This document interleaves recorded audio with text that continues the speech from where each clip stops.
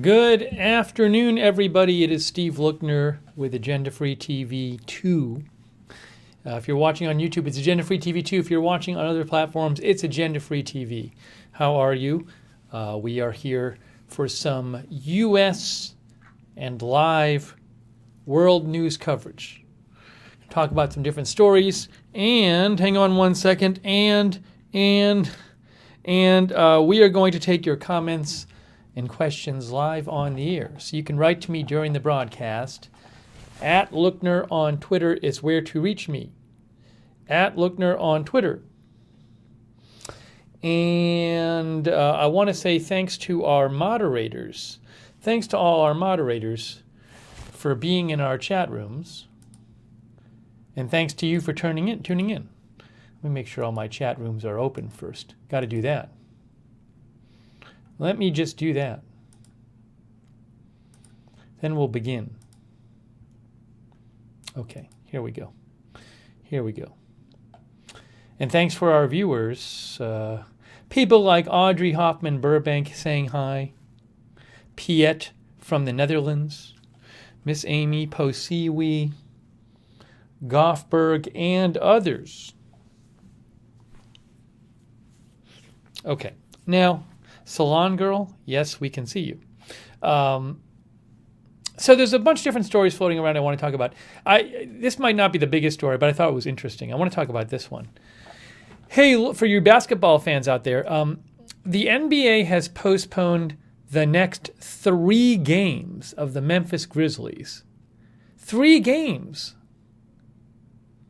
As NBA adjusts handling of COVID scenarios. That's a lot of games to postpone. So this is from ESPN, Adrian Wojnarowski.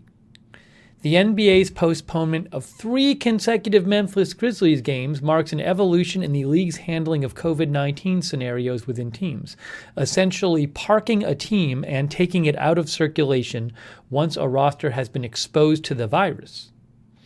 In previous instances, the league has allowed teams to isolate positive players and sideline others in contact tracing believed to have been in close proximity to infected individuals, yet still allowed teams to proceed with games if they had 8 eligible players. While the Grizzlies don't have several individuals placed in the league's health and safety protocols, the NBA has temporarily shut them down in a way similar to how the NFL closed team practice facilities during game weeks to keep players and staff away and limit the spread of the virus. The NBA postponed 4 consecutive games for Memphis. So it looks like, if I'm reading this right, it's a little confusing to me. If I'm reading this right, the NBA is going to start doing this kind of thing more, rather than say, okay, well, a few players have to sit out, but the rest of you can play. It sounds like they're going to do things more like this, where they just shut down the whole team. It's a little confusing to me on an initial reading, but that's a lot. I don't remember them doing something like 3 games. I don't even know if that's happened before. Maybe I'm wrong, but that's a lot of games to all at once say we're postponing those 3 games.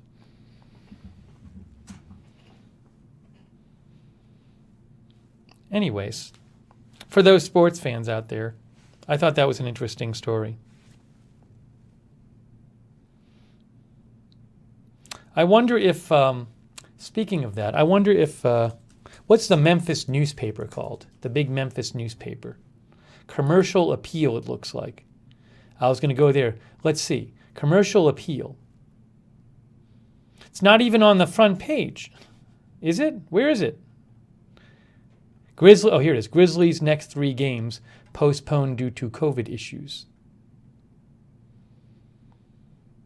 Friday, Sunday, and Monday, after their last game was postponed. So it's going to be 4 games in a row. The Grizzlies had 1 positive case as of Thursday. The NBA is erring on the side of caution to prevent spread. So I guess it looks like if they're going to do this kind of thing, you'll have a lot more postponements. Because it looks like they only have 1 positive case so far on the team. Anyways. Kyler Jones, the NBA is not shutting down.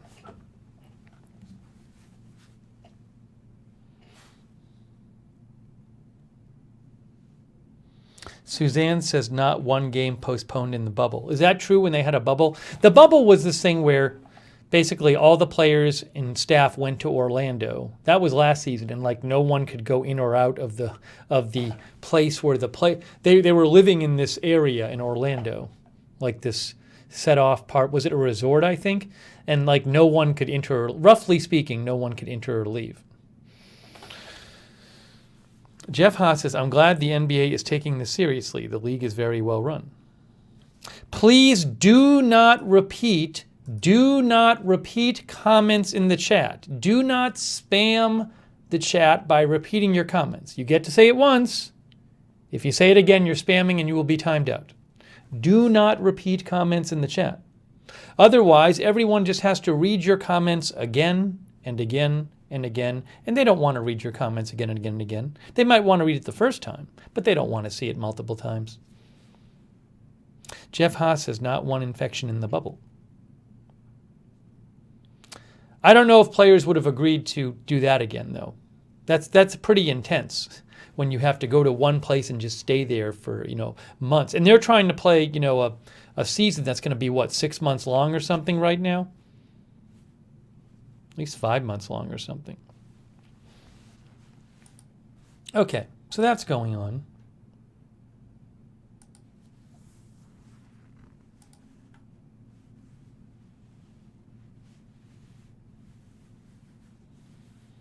Kayla sent me this. I hadn't seen this. It came out while we were about to get on the air. B&O Newsroom posted, European CDC raises risk assessment of new virus variants to high, very high, says stricter interventions are needed. What is this? European Center for Disease Prevention and Control. Risk related to the spread of the new variants.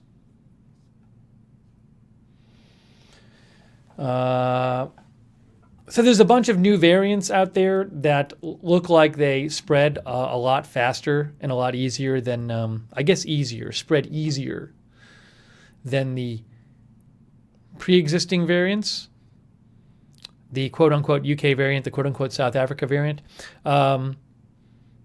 And let's see here. What does this say? This came out, did this come out today? I don't know. While most emerging mutations will not have a significant impact on the spread of the virus, some mutations or combinations of mutations may provide the virus with a selective advantage, such as increased transmissibility or the ability to evade the host's immune response. In this update, we report on new information on the spread of 3 virus variants. These variants are considered to be of concern because the mutations which have led to increased transmissibility and deteriorating epidemiological situations in the areas where they have recently become established. Based on the new information, the risk associated with the introduction and community spread of these variants of concern has been increased to high, very high, and the options for response have been adjusted. Okay. We have the quote-unquote UK variant, which has become prominent in the UK. We have that's VOC 2021. We have VO1Y.V2, which is the quote-unquote South Africa variant. Then there's the P1 variant, which so far has only been identified in Brazil and in travelers from Brazil. Okay, those 3 variants we've had experts expressing a lot of concern about.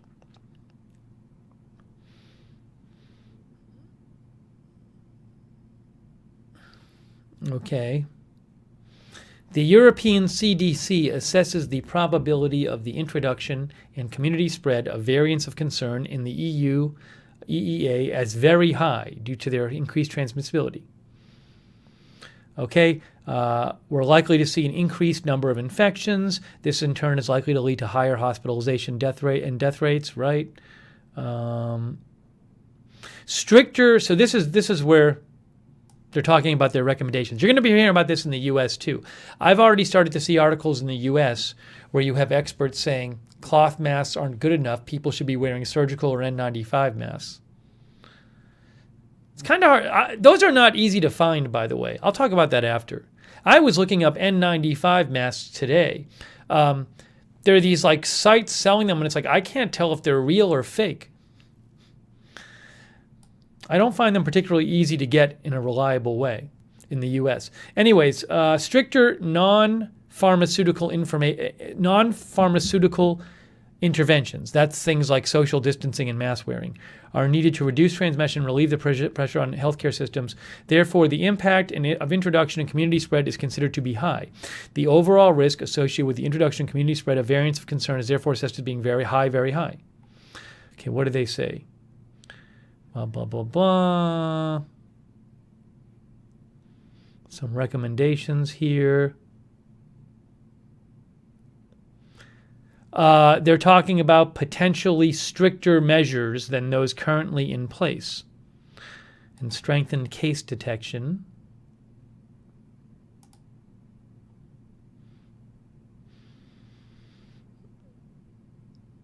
National authorities should be rather be ready to enforce even stricter measures. Okay. Blah, blah, blah, blah, blah, blah, blah, blah, blah, blah. So the basic point here is you have these new variants, the South Africa, and the Brazil variant, which appear to transmit much more easily than previous variants. And so you might think, oh, we're almost done with this thing, but it's getting worse in some places. And I've seen experts say it's going to get worse in the U.S. because of these new variants. You know, BNO posted this earlier today.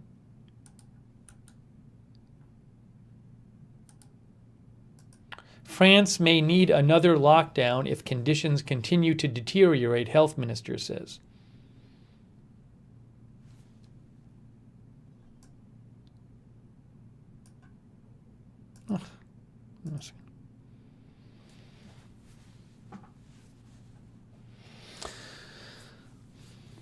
So this is something to keep an eye on. I wish I could find the article. I was reading an article, I think yesterday, where one of the members of the President Biden's White House task force said he thought in the U.S., with the new, I think he thinks that the UK variant is going to start really spreading in the US. And he thinks the cases in the US could get up to over 400,000 a day. Currently, it's like around 200,000, I think. Cliff Padilla says this pandemic is far from over.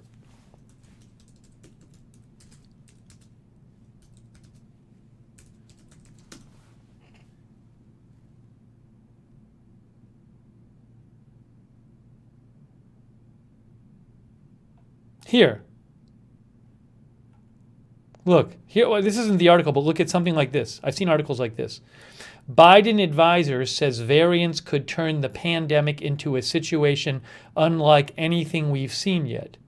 Michael Osterholm, a virus advisor to Biden and director of the Center for Infectious Disease Research and Policy at the University of Minnesota, said on CNN's New Day to Tuesday that he worries that in the coming weeks, the pandemic will turn into something unlike anything we've seen before, and most people don't realize that yet.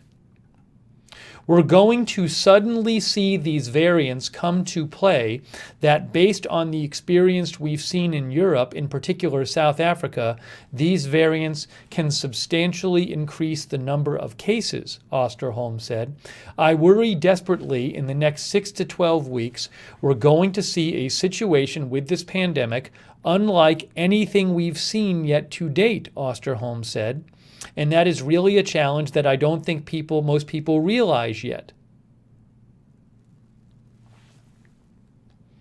When asked by CNN's Alison Camerata if there was anything the Biden administration could do to prevent this, Osterholm said the first step is to get people to understand this will happen. We are going to see a major increase in cases. The challenge is how many. Secondly, he said we can't make the vaccine go much faster than it is right now. The difference is, are we going to react now or later, he said. Like other places, he said the U.S. will take dramatic steps to deal with the variants, but the question is, how soon will we do it? Do we put the brakes on after the car is wrapped around the tree, or do we try to put the brakes on before we leave the intersection? That's the challenge, he said. I just don't know if we're really prepared to even have that discussion yet.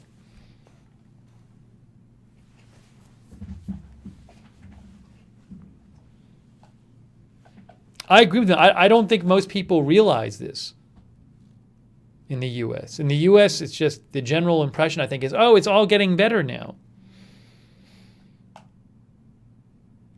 There was another article where he said he thought there could be over 400,000 cases in a day. The current U.S. Case number is a day, it's like around 200,000. Let me just check it here.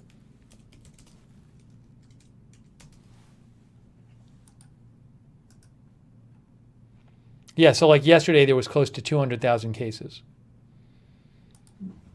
In a different article, this advisor said that he thought it could be over 400,000 cases. I'm thinking one sec says, I'm alarmed by the 1,800 deaths in the UK yesterday.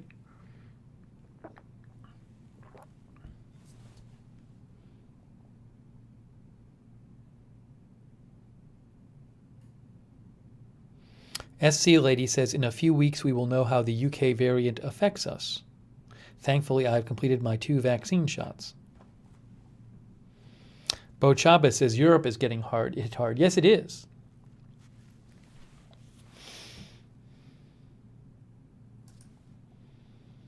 Let me...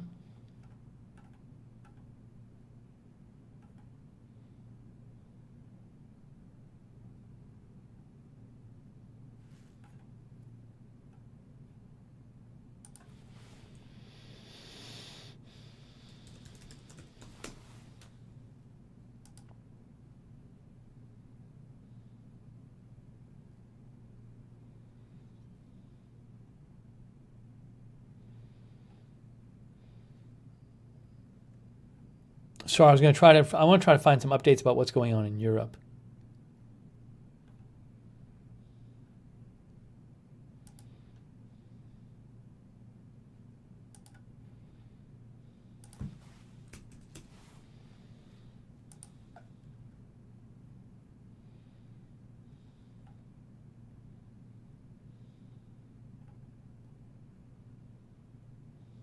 Oh, I didn't know this. Carnival in Rio, the biggest carnival in the world, has been canceled for the first time since it became an official event in 1932. That's from BNO Newsroom. That's in Brazil. Okay. Oh, I hadn't heard this. Dutch Parliament agrees to tighten Corona lockdown with 9 p.m. curfew. It's the country's first curfew since World War II. That's also from BNO Newsroom. Where's the thing about Spain? Yeah, this is the one I saw. Spain reports record 44,000 cases. Number in hospital continues to rise. I wonder if that's because they have the UK variant there. Let's see if I can find you more about that.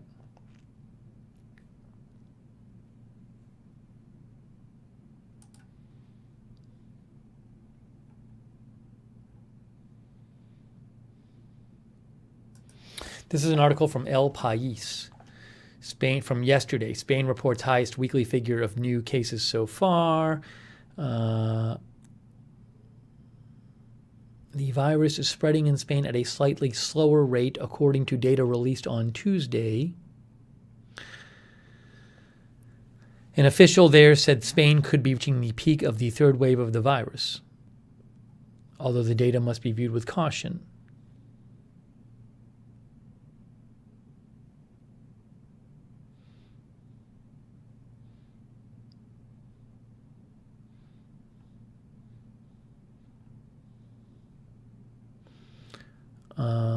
Let's see. The rise in infections is already having a clear impact on Spain's hospitals. 19.25% of all hospital beds are occupied by patients with the disease. This data point has risen 10 points since the end of the year.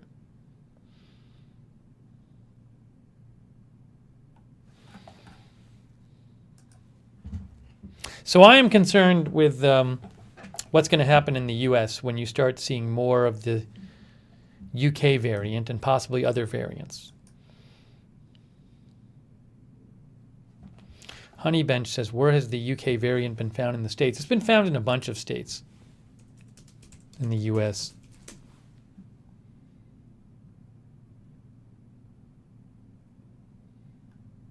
One day ago. Newsweek. UK variant has now been reported in 20 states and 60 countries. And the thing is, Dr. Fauci said today even, there's most people who get the virus, they don't figure out what strain you have.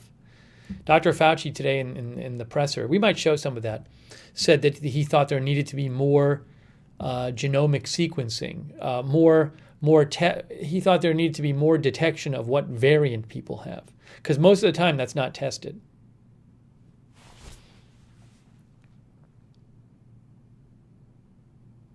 Scientists say the UK variant is 50 to 70% more transmissible, although it does not appear to cause more severe disease.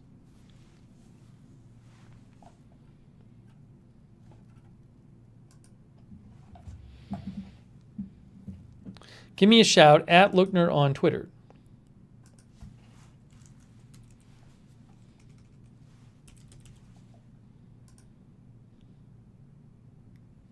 I don't know why you're saying Kate Links. I'm literally watching the broadcast on Twitter right now. I'm literally watching it. It's live. Diana L says we need to start sequencing here. There's some going on, but Diana says we need to do it more.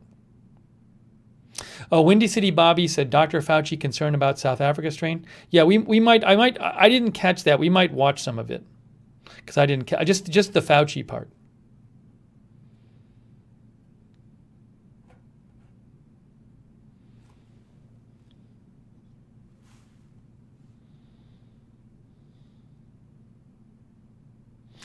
Linda Belk says variants haven't needed to be tested till now.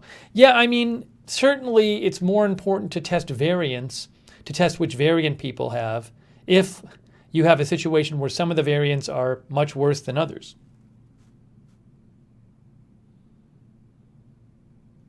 Hey, thanks, by the way, to Lars Anderson, who says next pandemic is already here. Thank you, Lars from Sweden, for your support. Also, thanks to our moderators, Angel Shark, Mark Helton, Sarah Joy, Sarah 55. We got Nightbot there. Linda Belk is there. I hope Linda is continuing to feel better. Texas Legends Brian.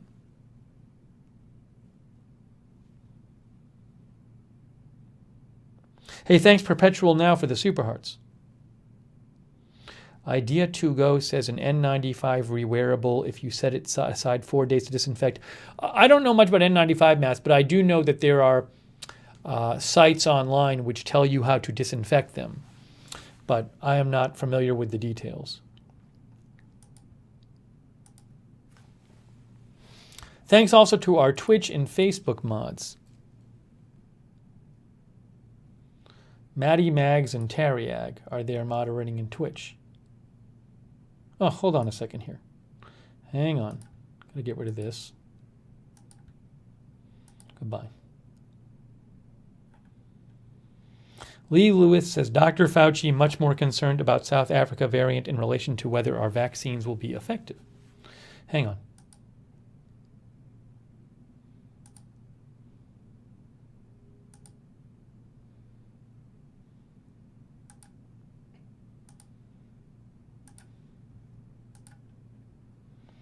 Hey, thank you, Tony Rayner, for your support. Tony got a COVID jab today. As key worker, hope you get yours soon, says Tony. Thank you, Tony. And thanks to our Facebook moderators, too. I appreciate it.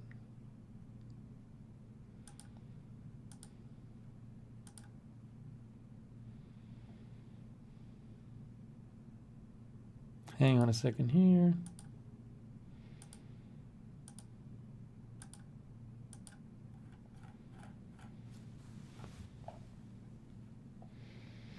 Denise Walls Hahn says there's a Brazilian variant that also doesn't look good.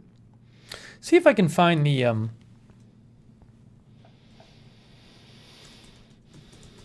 The stuff about masks.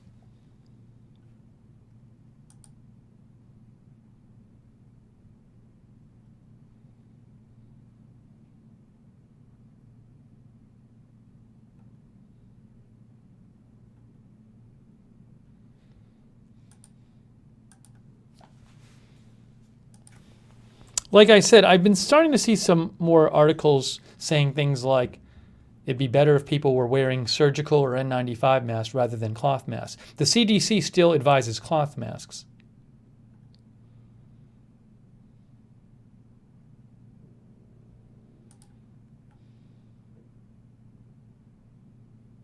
Here, look, this right here, right here. This is from Scott Gottlieb, who used to be the commissioner of the FDA. He says to offer people better protection from contagious variants of COVID, especially Americans at higher risk because of age or infirmities, we should try to get them higher quality masks. A year into the crisis, we should be able to source these for more people. Some masks will protect you better than others by Scott Gottlieb. Surgical outperforms cloth, and N95 is far superior to a bandana. Now, this article was from November, but he just retweeted it. Many Americans, he says, could take one simple step to protect themselves: buy a better mask.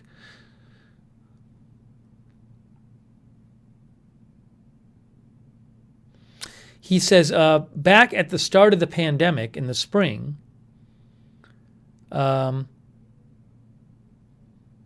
medical masks were in short supply. As a compromise, the public was advised to use cloth masks. The supply chain has since expanded, and while there are still some shortages of medical masks, healthcare workers have dedicated supply chains. It's time to revise the guidance to consumers. A cotton mask offers far less protection than a surgical mask. If a cloth mask is all you can find, buy a thick one. Snug-fitting masks made of cotton polyester blends will generally offer more protection. But even a very good cloth mask may only be about 30% effective, scarf or bandana 10% or less. A surgical mask could offer you better protection, on the order of 60%, but here again, quality matters. Many of the masks sold on Amazon, which say they are for dust and allergens, aren't surgical masks, even though they look like the blue masks worn by nurses and doctors. A real medical procedure mask will be cleared by the Food and Drug Administration and designated as offering one of the 3 levels of protection. Generally, a level 2 or 3 medical mask is best. An N95 or equivalent mask offers the best protection, and if used properly, will filter out at least 95% of infectious particles. Online resources can help you fix the mask. Now, the thing is, though, he says a better quality mask can be expensive, perhaps $5 for a single N95 mask, but having a few available for high-risk settings such as the grocery store can reduce the risk of transmission. The Department of Homeland Security has published instructions online on disinfecting and reusing N95 masks that can extend their life. Governors can help. States can provide masks to people at high risk who can't find them easily. They can also direct consumers to the best mask they can source.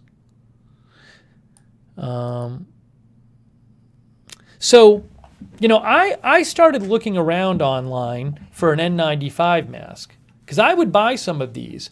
I just don't find when I go to look at different sites selling N95 masks, I don't find them to be reliable. I haven't heard of the companies. I don't know if they're fakes. So what I think would be good is first of all, it would be good if maybe the state and federal government could start supplying some of these things. But also, it would be great if the state or federal government could have a site and say, here's a reliable brand from a reliable website. And we think if you want to buy an N95 mask, they could say, we've purchased some from this website and they seem to be good and on the up and up, so try this website. I don't see that anywhere. I saw one article that said, according to Newsweek, this site is a good one to buy it on. But then I went to Newsweek and it was an advertisement. It was a sponsored article. The article was like, buy from this site, but it was a sponsored article. So Personally, I don't feel like I have a good source of these better masks that I think is a reliable source. You can find stories out there about how there are when you start buying any N95 masks, there are fake masks floating around. And it makes sense. I mean, if you can sell these things for $5 a pop, you can probably make fake ones for a lot cheaper than that. So, I'm seeing these articles like this about how it would be better if people had, better masks. And again, Scott Gottlieb, the former FDA commissioner, he just posted this, yesterday. But for Americans, I don't feel like there's a good, reliable source of these things. No, CRT, if you go to Home Depot, they're just all out of stock.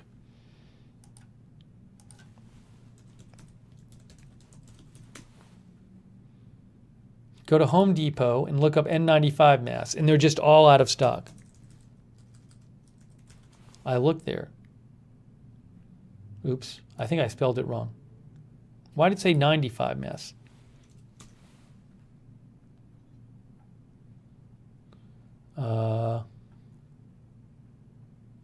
Let's see.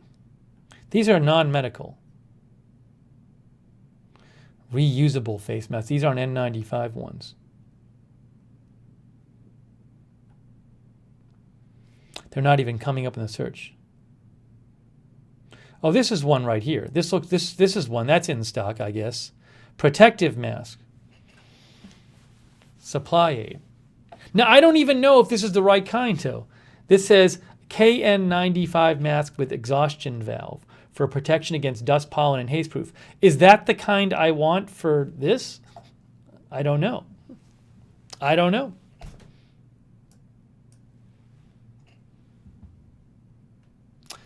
X-Man Family says, I've read KN95. See, I don't even know that. Are not rated like N95.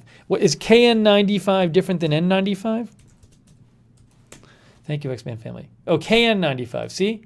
What's the difference between KN95 and N95? Oh, look. Healthline. A new report found signs that popular KN95 masks are not as effective as N95. KN95 respirators are not regulated by U.S. agencies. Oh. Truck says you should not buy ones with the valve. Lethal Bacon says not with valve. Daniel Sinclair says if it has the ear loop, it's not an N95. You need better hold than that.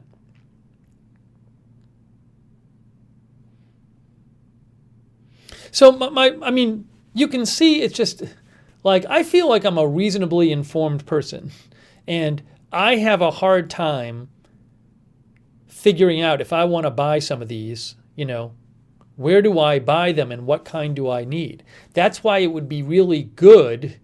Well, the CDC is still recommending cloth masks. If you go to the CDC site, they're still saying save the N95 masks for the medical workers. Scott Gottlieb says, well, no, more people should be wearing these things.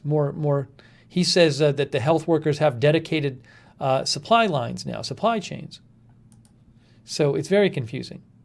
See, CDC is still recommending, where does it say? I saw their site before on the masks.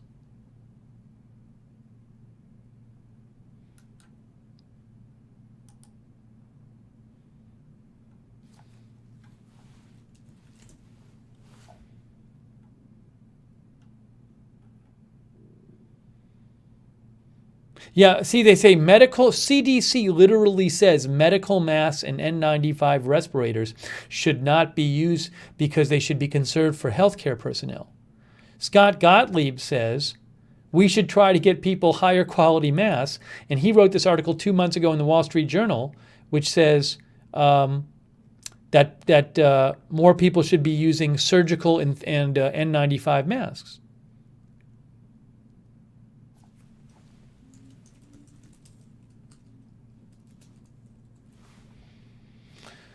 Yeah, see, he says, back last spring, medical masks were in short supply. As a compromise, the public was advised to use cloth masks, but the supply chain has since expanded, and while there are still some shortages of medical masks, healthcare workers have dedicated supply chains. It's time to revise the guidance to consumers.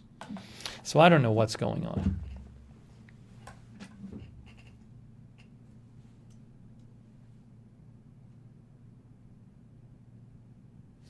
By the way, he also says the FDA has authorized for emergency use a bunch of KN95 and FFP2 masks that have been tested to show they offer comparable protection to an N95 mask. Where? I don't know where. I don't even know where to look. And then I look up this, and then if I go to buy one of these, how do I know it's legit and not like a fake? I don't know. I don't know. Yes, now Claire Williams says, we all know N95 is the best, but anything's better than nothing. Yes, the CDC and other experts say you're much better off wearing a mask than no mask. And that's going to help you from giving it to other people.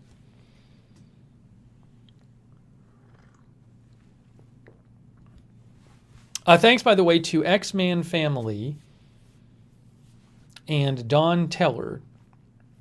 Don says if the U.S. had the same amount of deaths per capita as the U.K. did, yesterday it would be like 9,000 dead. Because the U.K. had about 1,800, right? And their population is about a fifth of the U.S. population. I don't know if there were any backlogs leading to the U.K. number, but yeah, here's the U.K. stuff.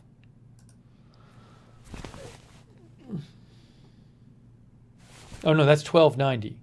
Was it 2 days ago the UK announced 1,290 deaths in the UK? UK population is 60-something million. Yeah, so these deaths today, 1,290, that would be about 6,500 deaths in the US by population. I think yesterday they had about 1,800 deaths reported. Yeah, this was yesterday. Yesterday they reported more than 1,800 new deaths in the UK. That's from B&O Newsroom. Thanks also, Don Teller. Thank you, Sonic. Hey, thanks, Sonic, for your support. And thank you also, X-Man Family. Thank you, X-Man Family.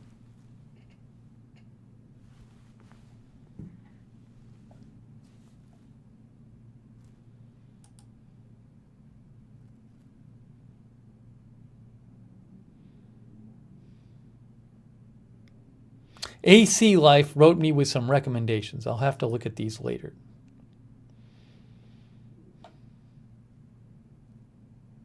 I'll have to look at that after the broadcast.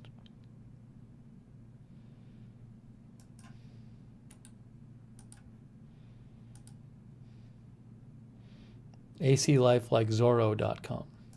I don't know. I haven't used the site. I know nothing about it.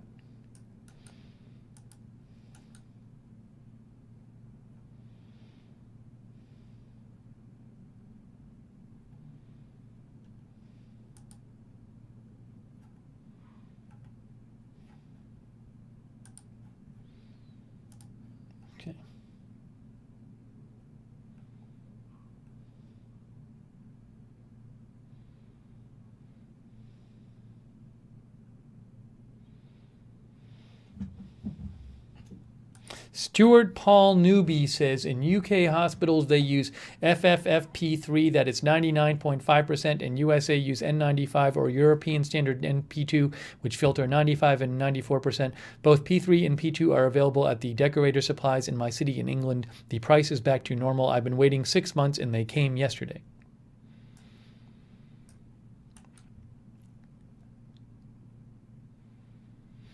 Elizabeth G says social distancing is the most important thing you can do. Certainly, that's the best way. If you can avoid being around people, that's the best way to keep yourself safe.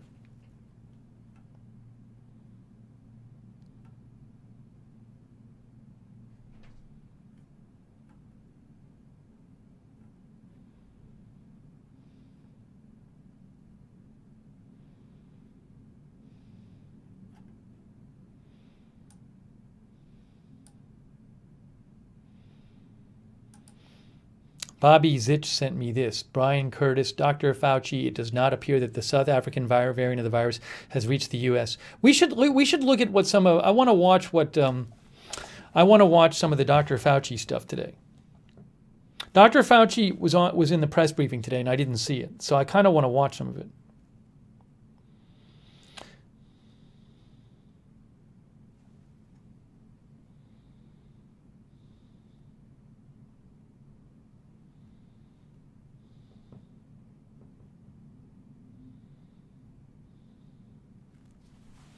Carly May says, I don't really like people, so it's not so hard to stay away from them.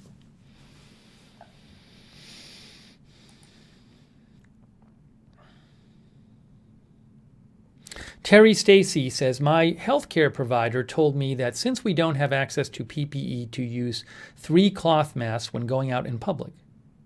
Maybe I should wear double cloth masks. I could do that. I could wear 2 cloth masks. Nicolette G said, Anthony Fauci looked so relaxed today.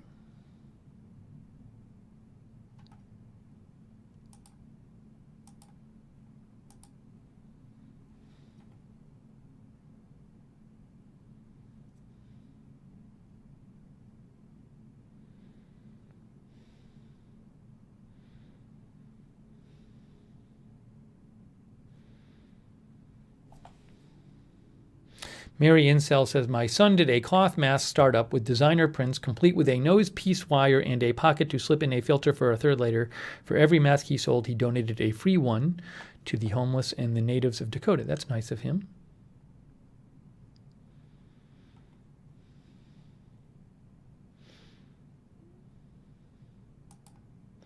Terry Stacy said, in the press conference today, they discussed production of N95 masks not only for medical personnel but for the public in general, and that they were enacting the Public Defense Production Act, maybe, to make that a part of it, not only for that but for needles and all the other items included that needed for the vaccine. Let's watch some of Dr. Fauci.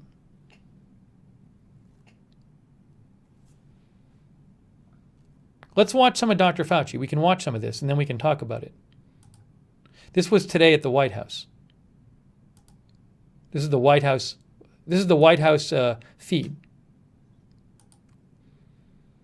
I'm not going to play the whole press briefing. Let's just watch some of Dr. Fauci, though. How does that sound? If I can make this work. Dan Lloyd said the Fauci Q&A today was great. Let's watch some of Fauci and talk about it. Oops.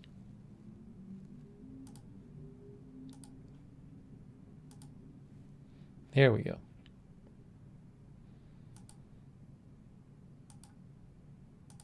Can I get volume?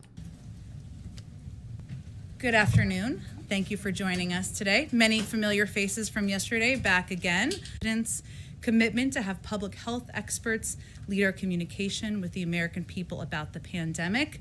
Just to give you a bit of a run of show here, Dr. Fauci will speak at the top about the state of the pandemic, the status of vaccines. He'll take some of your questions. I will play the role of the bad cop when it's time for him to go and get to the work of the American people. And then I will do a topper and I'll answer a bunch of your questions as well. So there's lots to come after this. With that, I will turn it over to Dr. Fauci. Thank you very much. And I'm going to just spend a couple of minutes just summarizing the status of where we are. And then maybe addressing some of the things that I know are on people's minds. So first of all, obviously, we are still in a very serious situation. I mean, to have over 400,000 deaths is something that, is unfortunately historic in the very bad sense. When you look at the number of new infections that we have, it's still at a very, very high rate. Hospitalizations are up. There are certain areas of the country, as I think you're all familiar with, which are really stressed from the standpoint of beds, from the standpoint of the stress on the healthcare system. However, when you look more recently at the 7-day average of cases, remember we were going between 300,000 and 400,000 and 200,000 and 300,000. Right now it looks like it might actually be plateauing in the sense of turning around. Now, there's good news in that, but you have to be careful that we may not be seeing perhaps an artifact of a slowing down following the holidays. So when we see that, we think it's real. But one of the things, and it's interesting, I'm sort of getting a deja vu standing up here because I said something like this almost a little bit less than a year ago when we were talking about the acceleration of cases in the late winter, early spring of 2020, when we were having New York City metropolitan area being the epicenter of what was going on, that there are always lags. So please be aware of that when you have cases and then a couple of weeks later you see it represented in hospitalizations, intensive care, and then a couple of weeks later in deaths. So you have almost a paradoxical curves where you see something plateauing and maybe coming down at the same time as hospitalizations and deaths might actually be going up. So this is something that I just put on your radar screen. It is not an unusual thing to see that sort of thing. The other point I want to make is one that we're getting asked a lot regarding questions, and that is, what is it about these mutants that you're hearing about? The mutants in the UK, which we know are in about 20 plus states, the mutants that we're seeing in South Africa and in Brazil. First of all, we need to understand that RNA viruses like coronaviruses mutate all the time. Most of the mutations don't have any physiological relevance with regard to the function of the virus itself. However, every once in a while, you get mutations, either singly or clustered in combinations, which do have an impact. So what have we learned thus far? And I want to emphasize thus far because we're paying very, very careful attention to this, and we take it very seriously. At least from the experience that our colleagues in the UK have had, the one that is in the UK appears to have a greater degree of transmissibility, about twice as much as what we call the wild type original virus. The one that is in South Africa is a bit different, and I'll get to that in a second. So it does look like it increases the transmissibility. They say correctly, on a one-to-one basis, it doesn't seem to make the virus more virulent or have a greater chance of making you seriously ill or killing you. However, we shouldn't be lulled into complacency about that, because if you have a virus that is more transmissible, you're going to get more cases. When you get more cases, you're going to get more hospitalizations. And when you get more hospitalizations, you're ultimately going to get more deaths. So even though the virus on a one-to-one basis isn't more serious, the phenomenon of a more transmissible virus is something that you take seriously. The next thing is, does it change enough to interfere with the efficacy of a whole group of monoclonal antibodies that many of you are aware of? The monoclonal antibodies that are being used for treatment in some cases and prevention. Since monoclonal antibodies bind to a very specific part of the virus, when there's a mutation there, it has much greater a chance of obliterating the efficacy of a monoclonal antibody. And we're seeing in the much more concerning mutations that are in South Africa and in some respects Brazil, which is similar to South Africa, that it is having an effect on the monoclonal antibodies. The real question that people are quite clearly interested in is, what is the impact on the vaccine? And so far, literally, we have this new phenomenon that are preprint journals where people get data and they put it into a preprint server where it hasn't yet been peer reviewed. But you have to pay attention to it because it gives you good information quickly. Ultimately, it gets confirmed. And we're seeing them coming out over the last few days. And what they're saying is that what we likely will be seeing is a diminution, more South Africa than UK. UK is that diminution in what would be the efficacy of the vaccine-induced antibodies. Now, that does not mean that the vaccines will not be effective. And let me explain why. There's a thing called a cushion effect.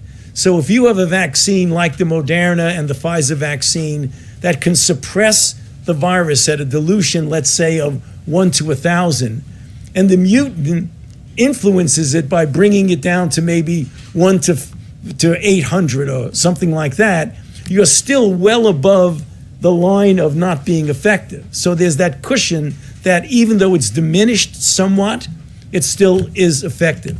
That's what we're seeing, both certainly with the UK, which is very minimal effect. We're following very carefully the one in South Africa, which is a little bit more concerning, but nonetheless not something that we don't think that we can handle.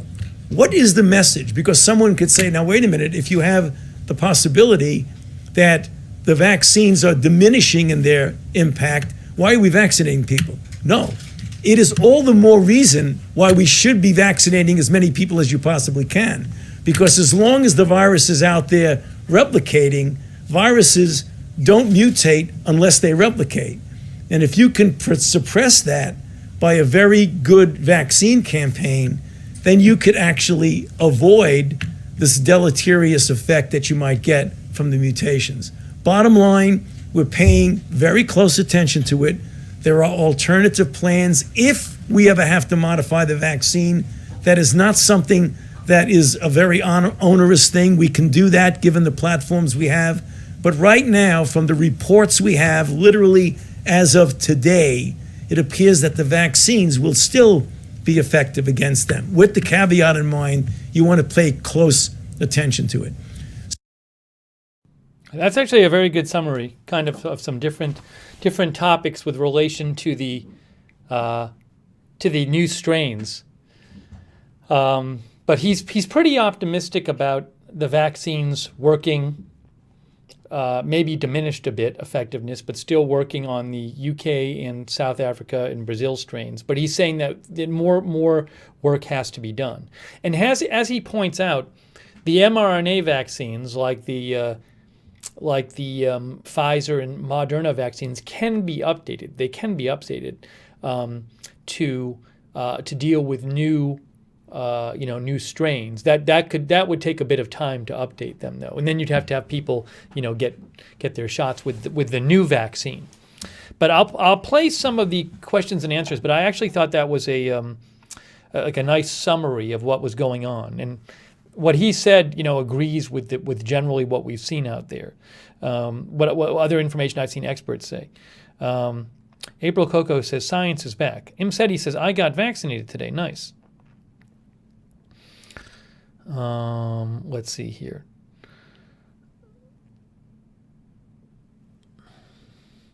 Karen Brody says he's a good doctor explaining things clearly. I like him. He's been held back until now. Mike 1011 thinks he is more animated and expanded his vocabulary without Trump around. He actually, I believe, in a little after this, talks about how it is now versus how in this administration versus the previous one. I'll play some of the questions in a second. No, Cryptician, I'm timing you out. Dr. Fauci has not lied. There's no evidence that Dr. Fauci lied about anything. So when you say he lied so much, that's ridiculous and that's misinformation. If you say stuff like that, continue, I'm going to throw you out of the chat room. So take that to the nutty misinformation channel. That's ridiculous. It's a ridiculous comment. It's nuts. Science's understanding of the virus has developed as it should because the virus was new and no one had heard of it, late last year, late in 2019? So unsurprisingly, science's understanding of it has developed. Some things haven't changed, like the basic mechanism of transmission. But to say that he was lying is just wrong. That's wrong. There's no evidence that he lied about anything. It's ridiculous.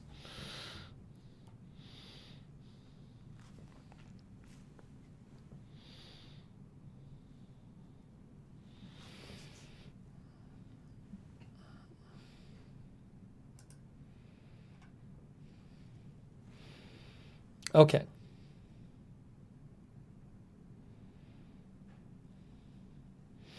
All right, let me take a few more comments, but I want to play some of his Q&A.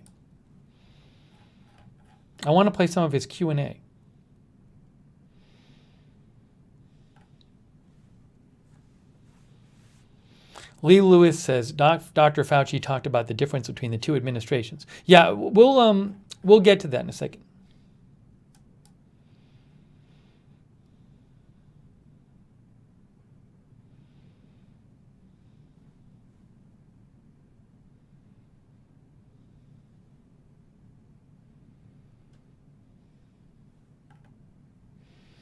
Okay.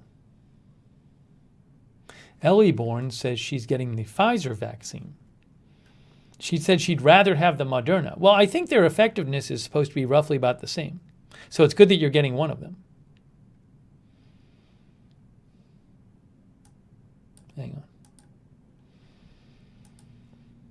All right, let's look at some of his Q&A.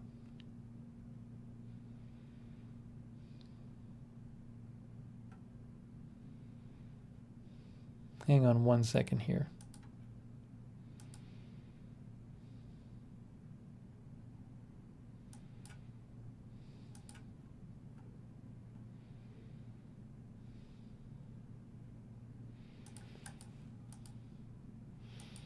Thank you for your kind words, Angry Ewok.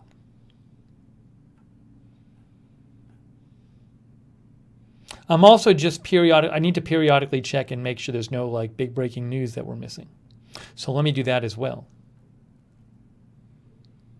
By the way, in case you're wondering when the Senate impeachment trial will be for President Trump, Samantha Jo Roth says Senate Minority Leader McConnell proposes a mid-February timeline for Senate impeachment trial on President Trump.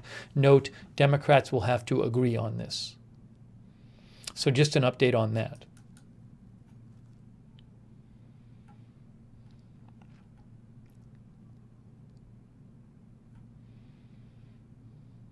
Yeah, Sahil Kapoor says Minority Leader McConnell proposes a mid-February start to impeachment trial.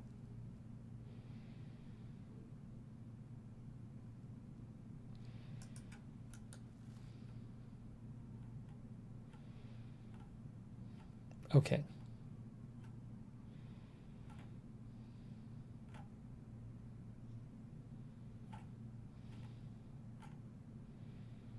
Let's check out some more of what Dr. Fauci had to say. I want to see some more of what Dr. Fauci had to say. Ann M. says Fauci was gagged and zip-tied, not any longer. No, McConnell is the minority leader now. Schumer is the majority leader. I think you're confusing McConnell and Schumer.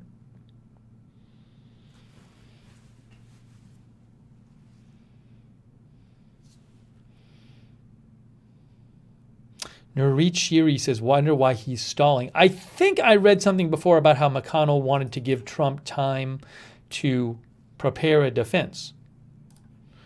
Let's look at the letter. It says it right there. I mean, there's a letter right there that we just saw. Hang on.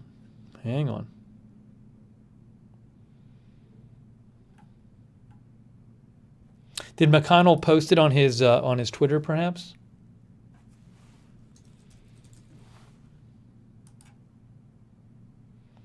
No. Here, McConnell statement, Lauren Fox. I have set a proposed timeline. Senate Republicans, says Mitch McConnell, are strongly united behind the principle that the institution of the Senate, the office of the presidency, and former President Trump himself all deserve a full and fair process that respects his rights and the serious factual, legal, and constitutional questions at stake. Given the unprecedented speed of the House's process, our proposed timeline for the initial phases includes a modest and reasonable amount of additional time for both sides to assemble their arguments before the Senate would begin to hear them. So that's the basic idea, to give everybody time to prepare, including President Trump.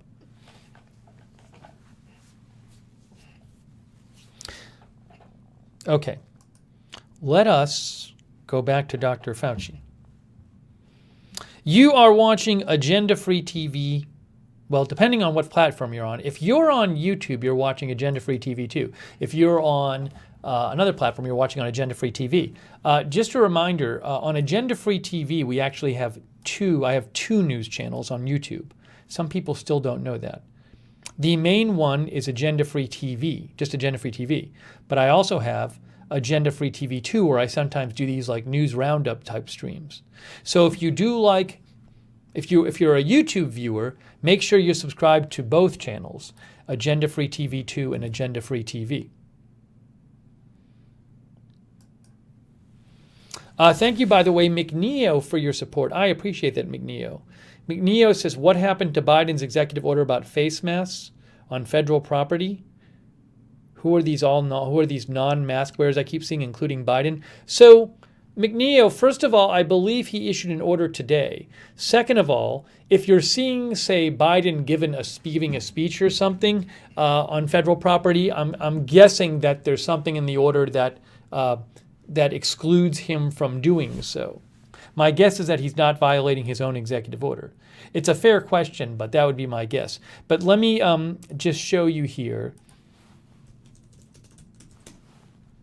He was wearing one in the Oval Office when the press was there, by the way, yesterday. See, this is yesterday. There's Biden in the Oval Office when the press was there. That's from Yamiche Alcindor.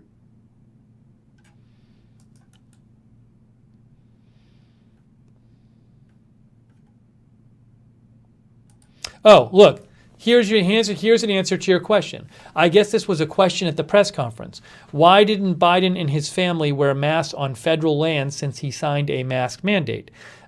Press secretary, he was celebrating a historic day. He signed the mask mandate as a way to send a message about mask saving lives. We're taking a number of precautions, including getting tested. So I don't know if was this before he signed the mask mandate, or did he sign the mask mandate after? If you're talking about when he was walking around yesterday, I don't believe he had signed the mask mandate yet. So I don't know if he was technically in violation of it. But the question is, if he's recommending it, shouldn't he be doing it? And that is the answer that was given.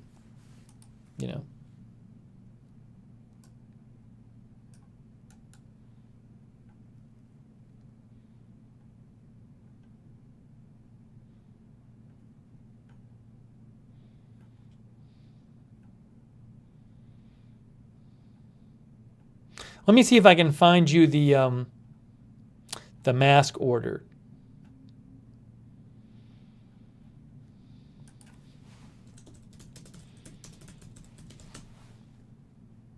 Here, right here. This is today. Biden signs order requiring masks on planes, buses, trains, and at airports. Planes, buses, trains, and at airports. That's one of them. There's also a federal building one. President Biden signed an order today mandating mask usage in airports and on many planes, trips, and ships and intercity buses, he said. Intercity. So it's not going to, local, I don't think this applies to local, right?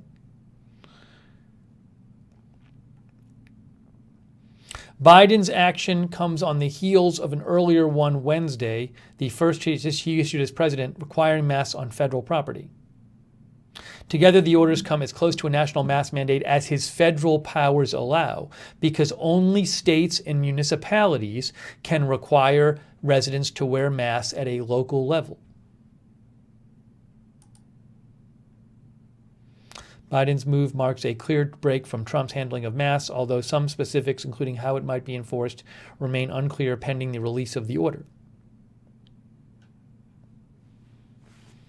That's from Washington Post, by the way. This is a Washington Post article.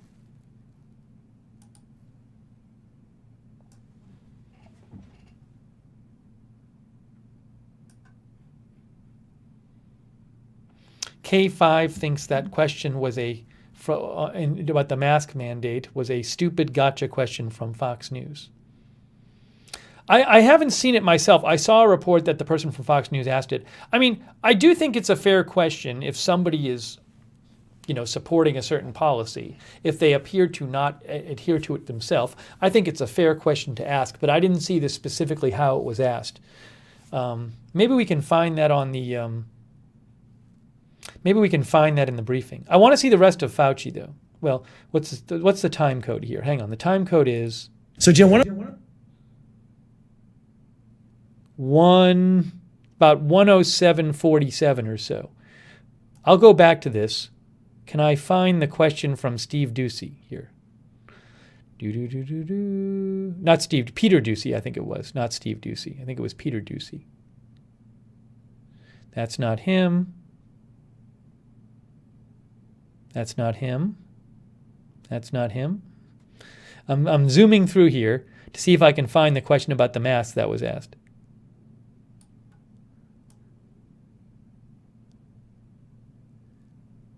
I think this is it. I think this is it right here. Let's see if this is it. Memorial, yes. I think, Steve, he was celebrating. By the way, I think it's Peter Doocy who asked this. I believe Steve Doocy is Steve Doocy Peter's father.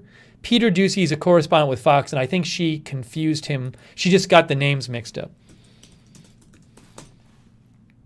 Peter Doocy is White House correspondent for Fox and the son of Fox News anchor Steve Doocy. Okay, so Peter actually asked the question. So here, let's look at the question.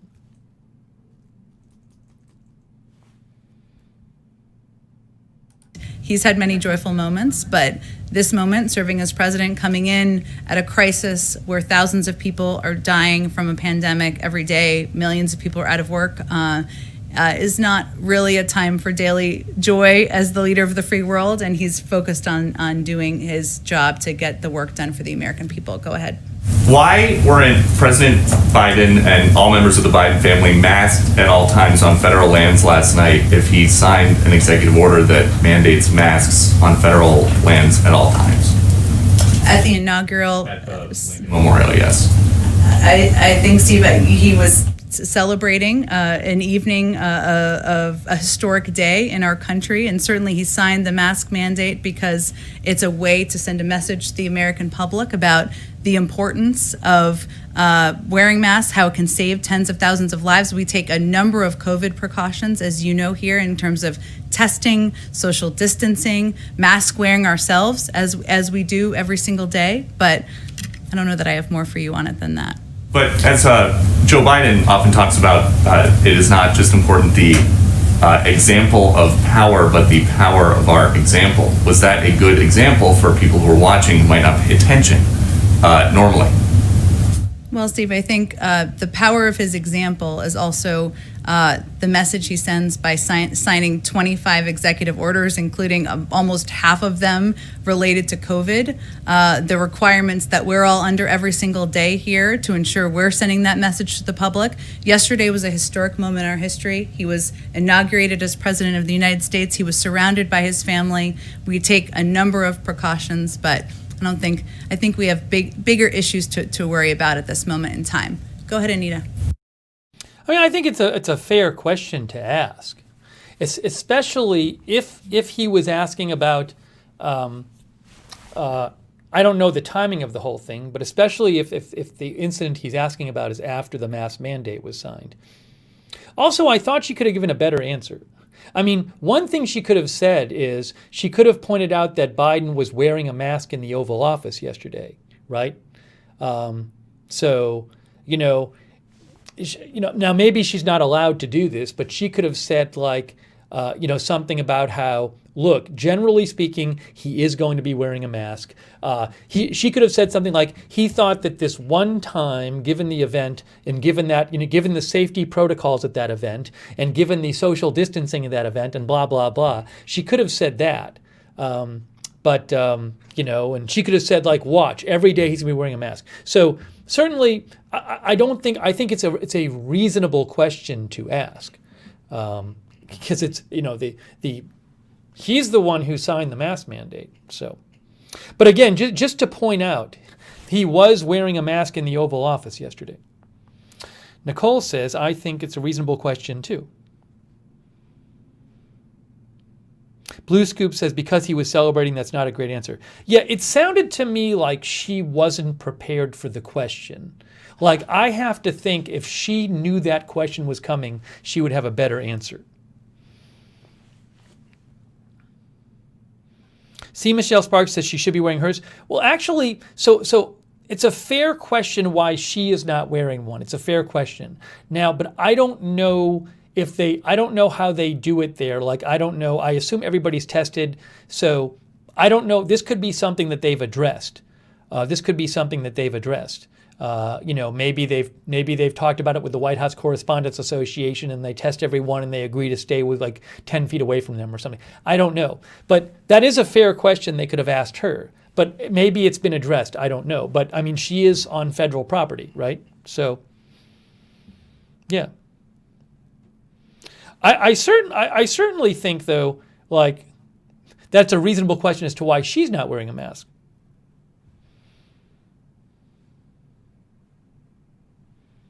I wonder if did anyone ask that at the briefing?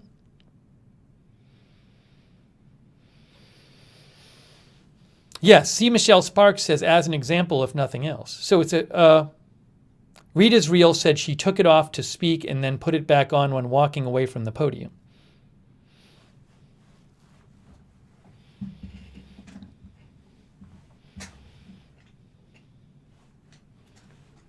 Now, to be fair, though, I do not know what the mask mandate specifically says, the federal one. So, does the federal one have some kind of provision in it which allows her to take off her mask to speak? I do not know. Nicole says she took it off just to speak.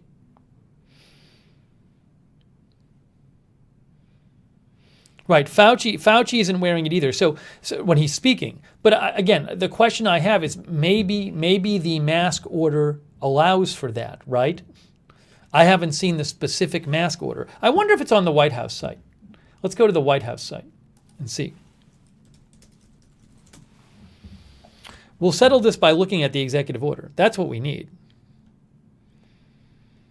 The White House, okay, menu. Briefing room?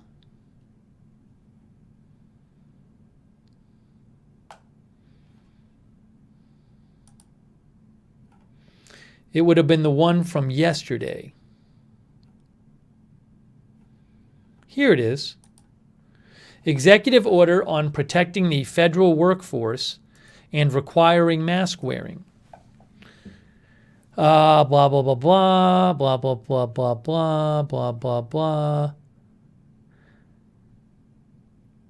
On-duty or on-site federal employees, on-site federal contractors, and other individuals in federal buildings and on federal lands should all wear masks, maintain physical distance, and adhere to other public health measures as provided in CDC guidelines.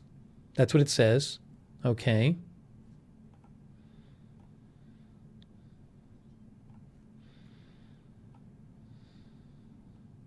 I think that's all it says about it. Federal employees, blah, blah, blah, blah, blah. Federal buildings, federal lands.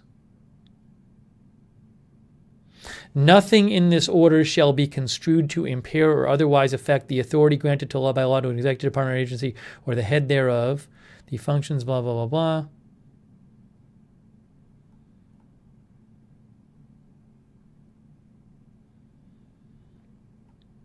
I don't know. I mean, there doesn't seem to be any obvious exception in there.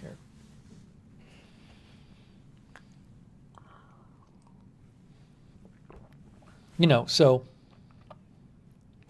But again, it's very possible that this has been addressed, right?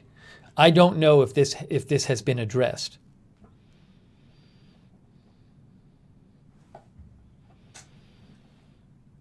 I'm wondering if it hasn't been addressed, I'm guessing that she might get that question in a future press conference, that somebody say, why aren't you wearing a mask?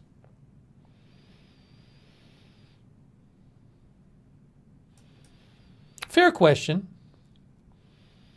Mr. Showtime says some people have hard time hearing and read lips. Well, I'm guessing since she has a microphone, they could adjust for the hearing. For reading lips, well, they actually have a sign language interpreter on the actual broadcast. Look. This is the White House feed.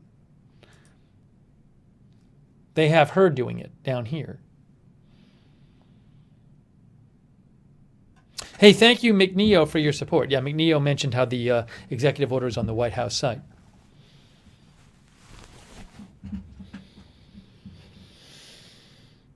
But I think it's a fair question,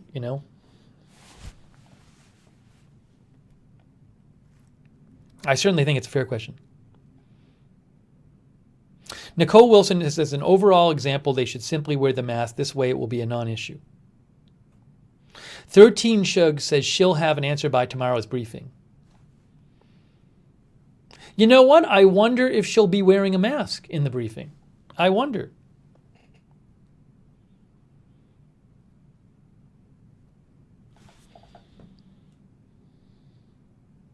Banknote says she might circle back to it. She likes using the phrase circle back to.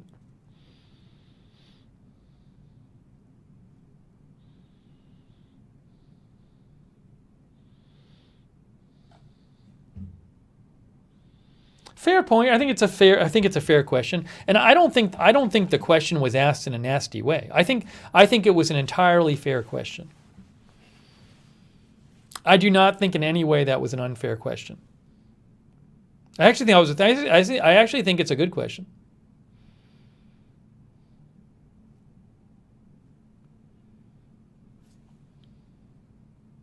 Karen says she was far enough away from the press members to not wear that one. Well, again, I don't think the point is just the practical effects. I think it's the example.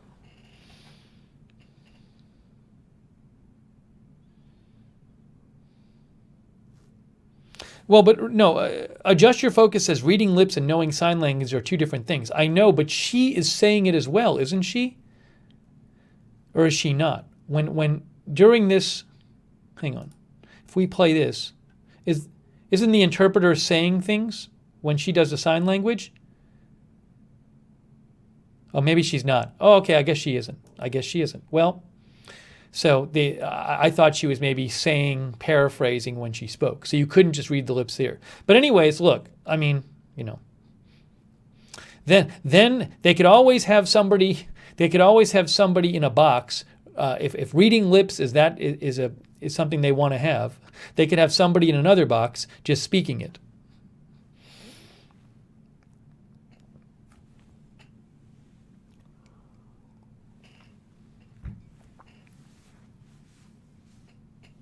Muse says she most likely was vaccinated. Well, just because you're vaccinated doesn't mean you can't have and spread the virus. Vaccination makes it less likely you'll get the disease. Okay. I want to go back to Fauci. Let's go back to Fauci. Hey, you're watching our new U.S. and News World coverage. That's what you're watching right now. I first want to say, oops, hold on a second, before we get to Dr. Fauci's Q&A. Thank you, McNeil, for writing in about that question. I think it's a good question. Thanks for the Facebook stars, William Bowser, Tony Rayner, Janice Keys-Smith, Valerie Maglio-Accetti, and Damian Cohn. I really appreciate the Facebook stars. And thanks for your donations in general. You guys, your support is how I can do my news channels and how I can cover news 7 days a week. Thank you to your support. So I really appreciate it. If you do want to support the channel, you can go to agendafree.tv, agendafree.tv. And a big thank you to our moderators. They are fantastic. They're all volunteers. Give a shout out to them. Mark Helton is there. Sarah55 is there. Sarah Joy is there. Nightbot is there. Linda Belk has been moderating. Texas Legends Brian.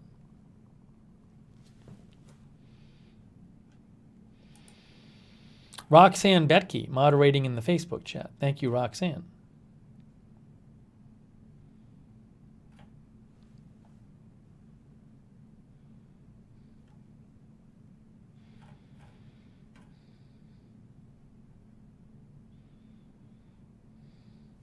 Also, our Twitch moderators, too. Thank you to them. Maddie Mags, Tariag, Racing Neophyte. Thank you. Oh, thank you, SC Lady 48. That's very kind of you. SC Lady 48, thank you. Okay, let's go back. We saw Fauci speak, but I really wanted to see his Q&A. So let's go look at his Q&A from today. This is the White House. Look, we're watching the White House site. This is the White House site. This is the official White House feed. Here he is. There's Fauci. Okay. Let's see. There's Fauci. Now, where are the questions? I forget where he was. Hang on. Let me give me a second. I need to figure out where. I should have written down the timeline. I should have written down the time code. Where the monoclonal antibody. Okay, fine. Question. I'd be a very honored to 800 or something like that. Hang on. Still, even though very careful, none that one can diminish reason versus. I'm just finding the start of the Q&A. Bottom is if owner we have be effective again. Jim, why don't I just stop there? questions on anything up, attention to it, against them. Vaccinating as many people as you possibly can, because it's of not being effective. So there's that cushion. Here it is. I got it. But right now, vaccine, thing else that I got involved. Here we go. With the caveat in mind, you want to pay close attention to it. So, Jim, why don't I just stop there and then maybe just answer some questions on anything else that I said? So, yeah. How helpful would it have been if Amazon got involved with the federal response to COVID-19 before Biden took office? And do you know about any plans or discussions ahead of yesterday? No, I don't think I could answer that question. I'd be waving my hands about that, sorry. Well, you know, one of the new things in this administration is if you don't know the answer, don't guess. Just say you don't know the answer. Yeah. Sorry. I didn't even see an Amazon story. Was there some story out about Amazon? And about Amazon and the response? I have no idea. Oh, here it is. Amazon offers to help Biden administration with COVID vaccine distribution. Amazon is offering to help the president. Okay. To help vaccinate people.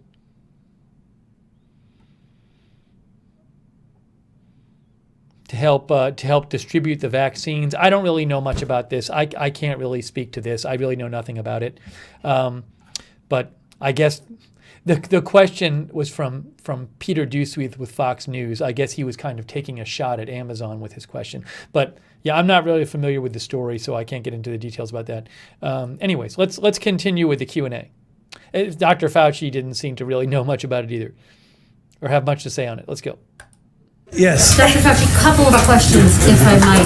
I'd like to follow up with you on what you just said about this strain in South Africa. Has that strain made its way to the United States? And what, if any, concerns do you have? How much do we understand about it? Great question. Thus far, it does not appear at all that the South African strain is in the United States. However, we must be honest and say that the level of comprehensive sequence surveillance thus far is not at the level that we would have liked. So we're going to be looking very, very carefully for it. But given the information we have today, it doesn't appear that the South African strain is here. Okay, and if I could... It's actually interesting he said that. So what he's saying that the South African strain hasn't been detected here, but as we were talking about, most people, when they test positive for the virus in the United States and around the world, there's not testing done to what strain they have. So it's possible that some people do have the South African strain in the U.S. and that just hasn't been detected yet. Betsy's Barnes says too loud. Is he too loud? Is the sound too loud from? I can moderate the sound from him. I'll watch the levels on him. I might have him up too high. Let's see here.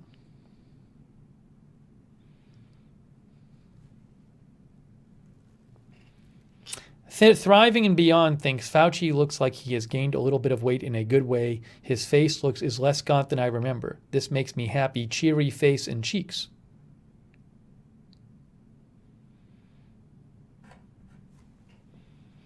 Meaningful Acronym thinks the South Africa strain is probably here.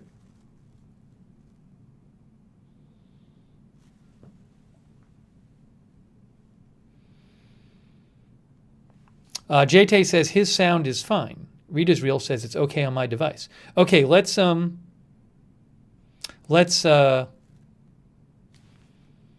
watch some more of him.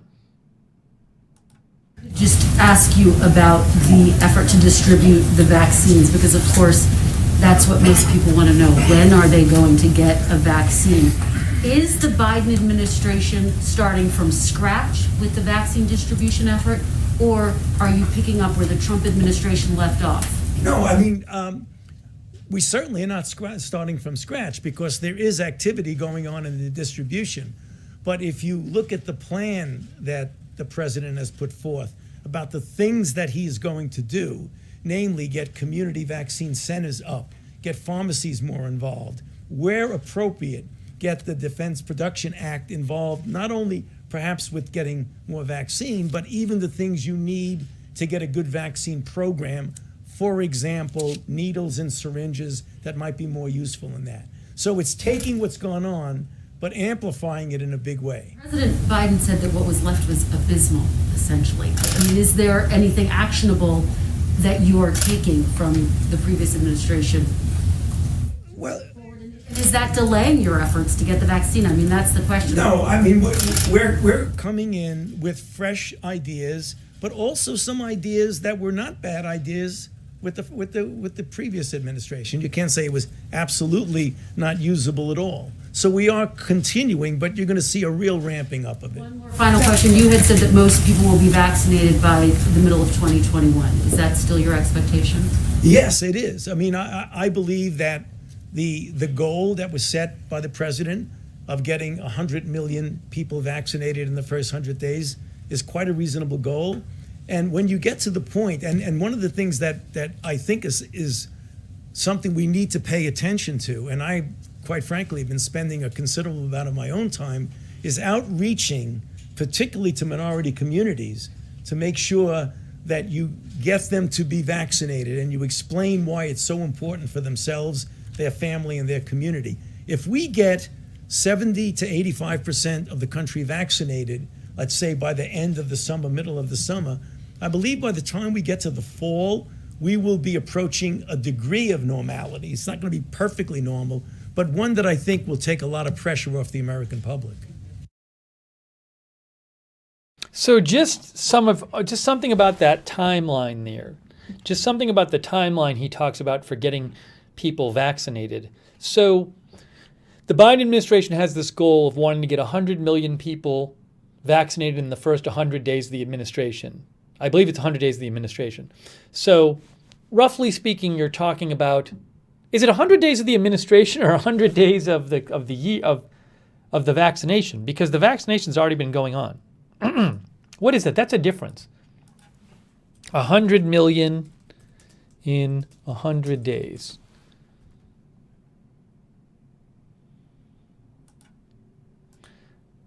Blah, blah, blah, blah, blah. Biden wants to administer 100 million doses of the vaccine in his first 100 days in office. First 100 days in office. So that would mean they would be sending out 100 million doses. See, I'm confused. If it's 100 million doses, that's only enough for 50 million people because you need 2 doses. So is it people or doses? If it's people, then 100 million people it's about 30% of the population, because the population is around 340 million people. So 100 million people in 100 days would be like end of April. So Fauci thinks that 75 to 80% of the population could get vaccinated by the summer. I mean, then you'd have to be ramping up from 100 million in 100 days, 100 million people, because if it's 200 million people in 200 days, that's going to take you into July, and that's still only about 60% of the population.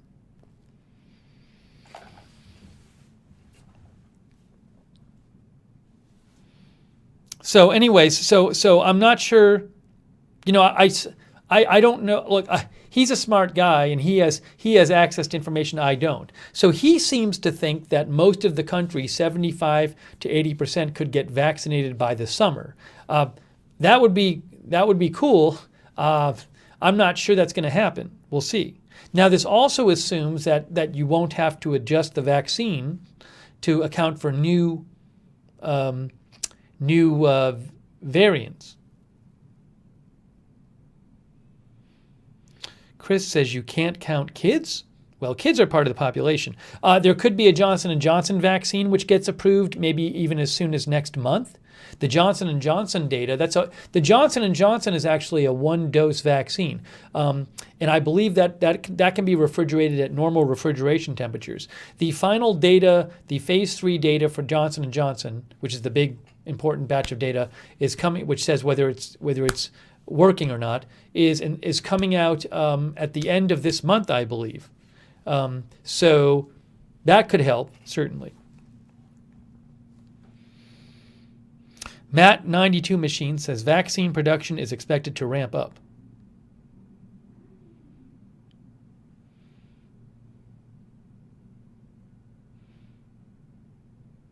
Starfire says, what happened to the Oxford vaccine? A fair question. That has not been approved for use yet in the U.S. I believe it's being tested in the U.S., but it's not been approved for use yet in the U.S.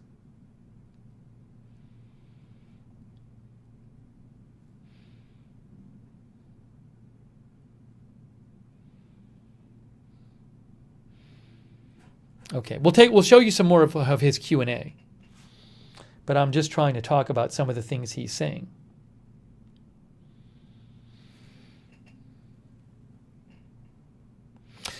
Amanda Kelly says they don't vaccinate kids for COVID. Well, actually, kids are being tested right now. They're actually testing.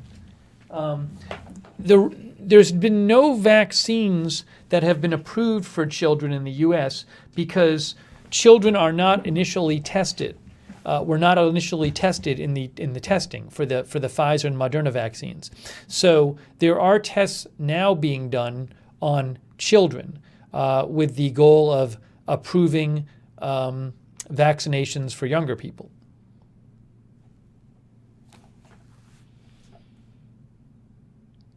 Yeah, Chris, I'm going to play the rest of it. I just think it's, rather than play it all through and try to remember what he says, I think it's worth discussing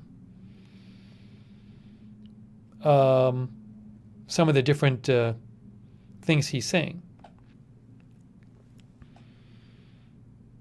Rita's Real thinks he's underestimating so that they over-deliver. Better to set low expectations than to exceed them. I don't think 75% or 80% of the population by summer is a low expectation. That seems pretty ambitious to me. I hope that's the case.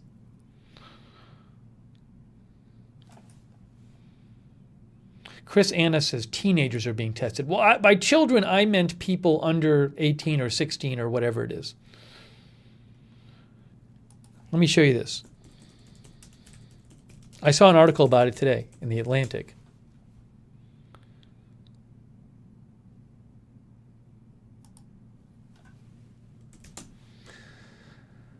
Let's see here. A vaccine for kids is coming slowly. Even though kids rarely get very ill from COVID, vaccinating them will likely be key to reaching herd immunity. The Atlantic. This is from The Atlantic from today. After a few days after Christmas, Molly Herring, 14, and her brother Sam, 12, got their first shots as part of the Pfizer vaccine trials for kids. There are some 70 million kids in the U.S., nearly a quarter of the country's population. Children are not especially vulnerable to COVID, the disease. In some very rare cases, young patients can develop a complication called multisystem inflammatory syndrome, but it generally is quite treatable in the hospital. Vaccinating kids, however, is often not about just the direct immediate benefits to the kids. It's also meant to protect children against diseases. Blah, blah, blah, blah. No. But how about also, the primary reason to vaccinate children against COVID may be that the U.S. will have a hard time reaching herd immunity otherwise. Anyways, there's a whole article about this, but it's being tested.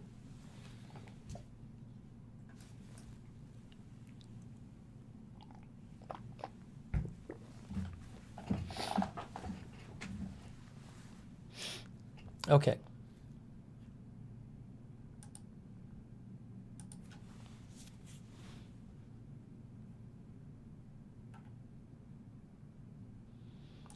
Jennifer Tower sent me this, by the way. The Islamic State claimed responsibility for a suicide bombing attack in Baghdad, killing 32 people in Iraq's first big suicide bombing in 3 years.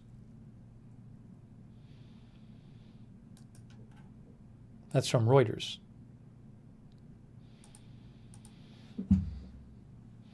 Thanks for letting me know, Jennifer Tower.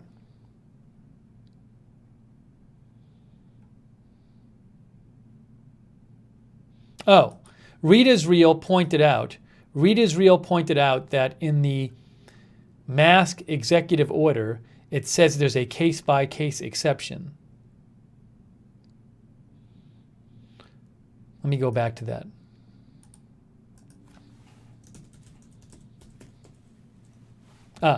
Heads of agencies may make categorical or case-by-case exceptions in implementing subsection A of the section to the extent that doing so is necessary or required by law and consistent with applicable law.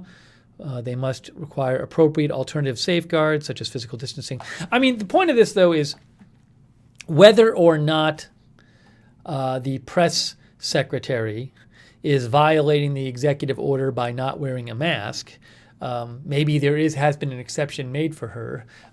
The point is more about the example, I think. But thank you, Read Israel, for pointing that out. I didn't see that. Thank you.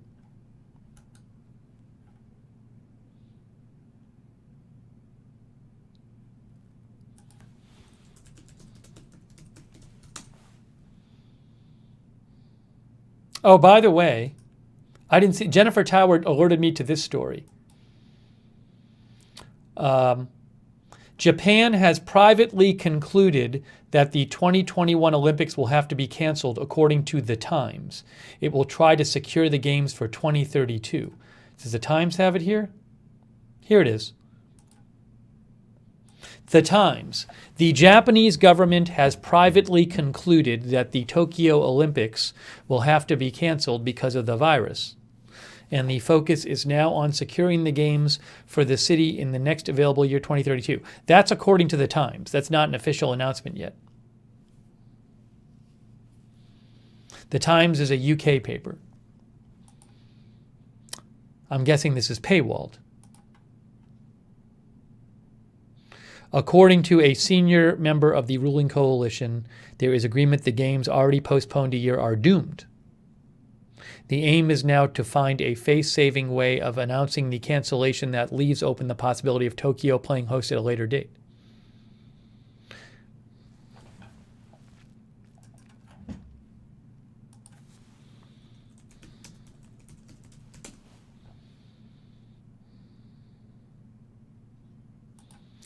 Yahoo News has this article based on The Times.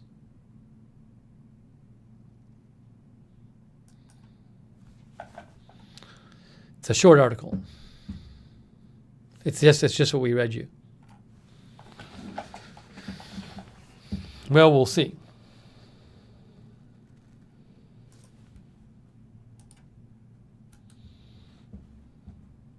Thank you, Jennifer. I hadn't seen that yet.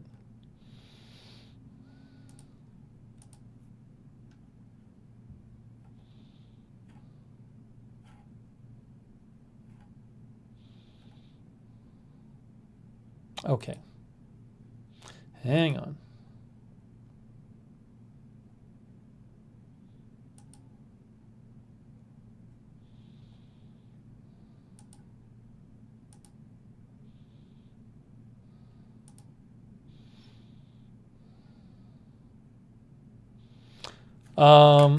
Hey, I want to just keep watching Dr. Fauci.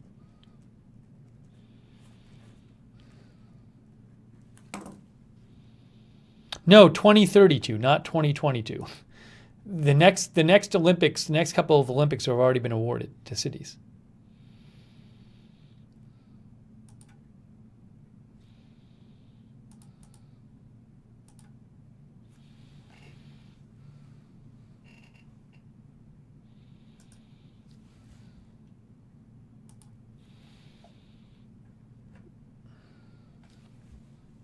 Okay. Underdog Rising thinks no way Olympics will go on with these COVID numbers.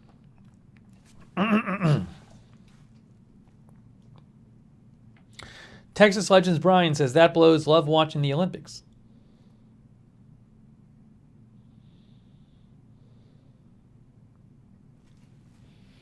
Hey, Miss Misha is moderating too. Thank you, Miss Misha. All right. let's. I want to say a quick thank you to.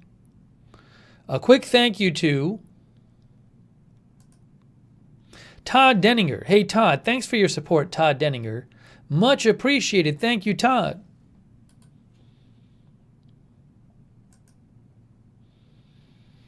We've been going through watching some of Dr. Fauci's Q&A today. Let's watch some more of this.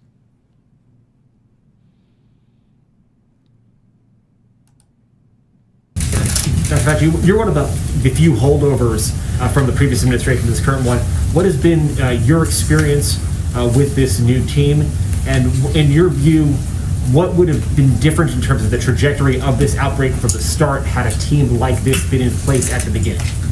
Well, I can tell you my impression of what's going on right now. The team, I don't know if I can extrapolate other things, but one of the things that was very clear as recently as about 15 minutes ago when I was with the president is that one of the things that we're going to do is to be completely transparent, open, and honest. If things go wrong, not point fingers, but to correct them and to make everything we do be based on science and evidence. I mean, that was literally a conversation I had 15 minutes ago with the president. And he has said that multiple times. That you, looking back on your comments of the last 10 or 12 months, would like to now, with that sort of license, to amend or clarify? No, I mean, I always said everything on the base. That's why I got in trouble sometimes. Right, yeah. Yes. It's pretty striking. He literally just said that a big difference between this administration and the previous one is that we'll be transparent and we'll be basing our decisions on science and evidence. He literally just said that.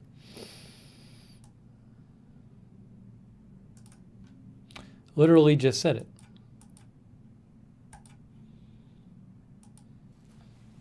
All right, we'll get back.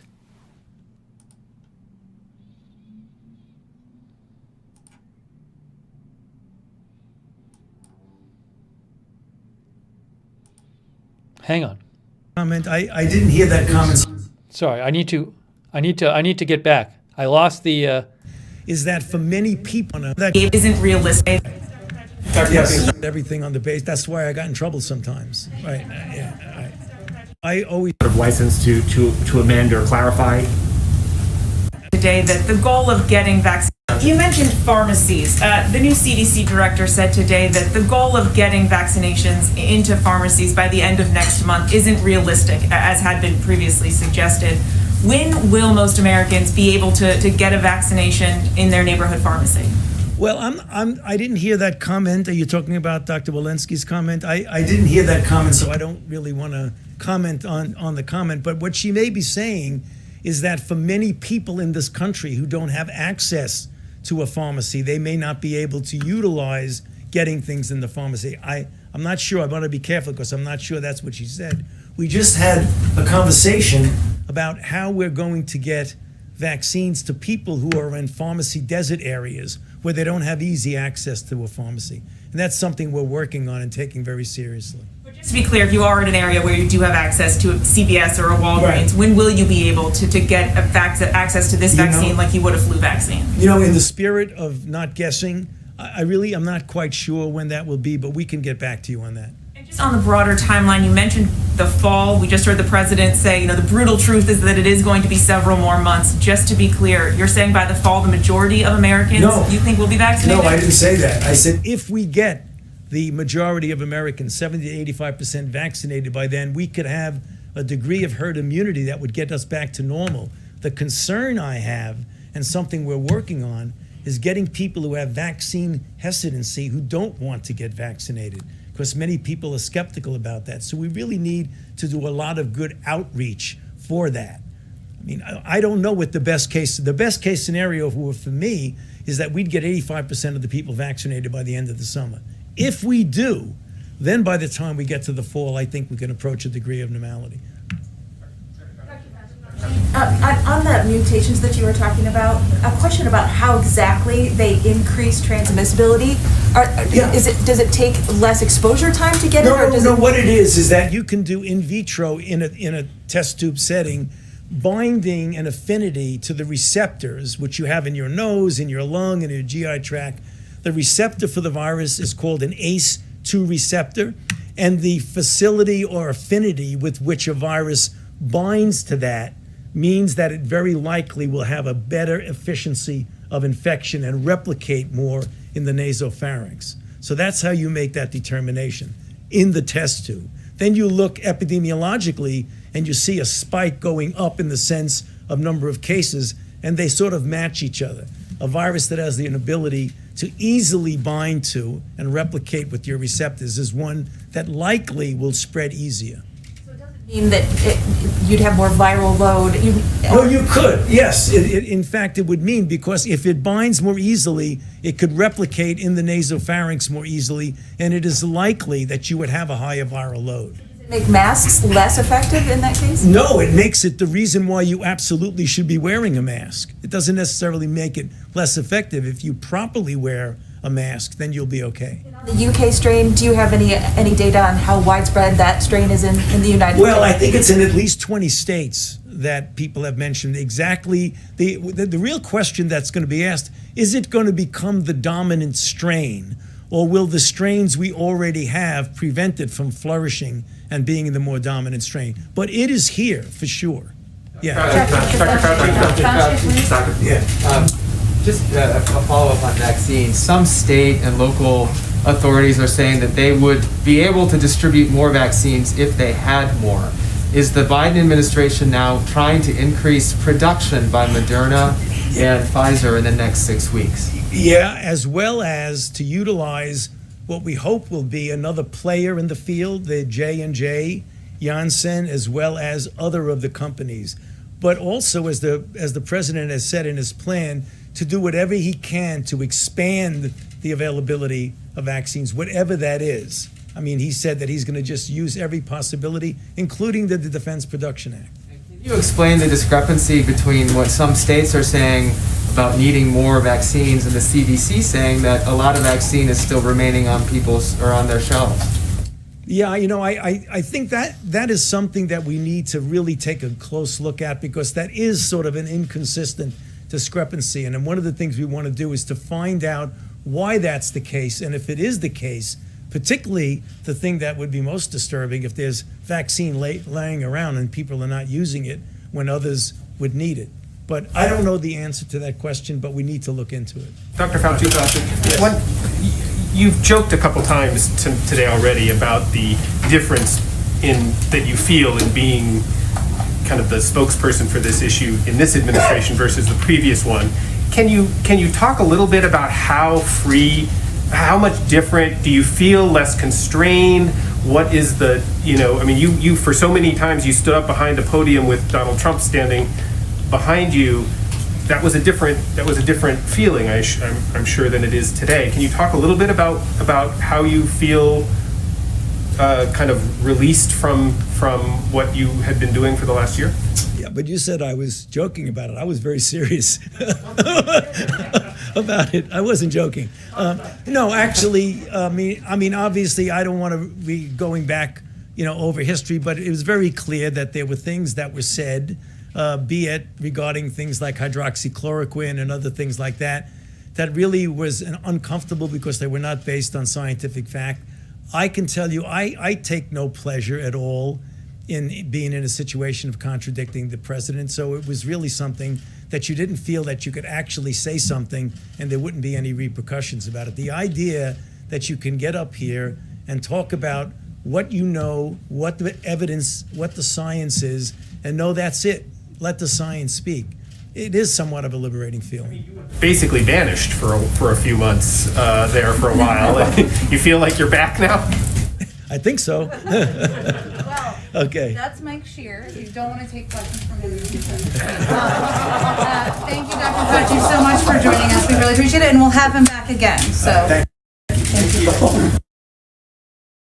Well, I thought that was a good Q&A from Dr. Fauci. He was certainly straightforward and did his best to answer the questions and let the science be the focus. So if they did something like that every day, I think it'd be great. Sue Baker says, I've never heard him laugh. Now he seems so relaxed.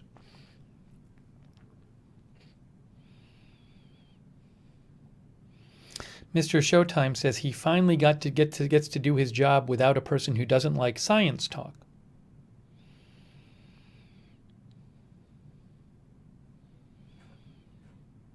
You know, another thing that's notable is a number of times he said, like, we need to do something better, right? Or acknowledged that things weren't ideal, right? He said, like, for example, that they needed to do a better job of education because a lot of people out there are refusing to take the vaccine. He said he was concerned by the reports in some areas that there's a lot of vaccine that hasn't been given out to people, that's been distributed. So, you know, it's certainly not someone who's saying everything is going great and there's nothing wrong and everything the best it could be. It's not that at all. It's not that at all.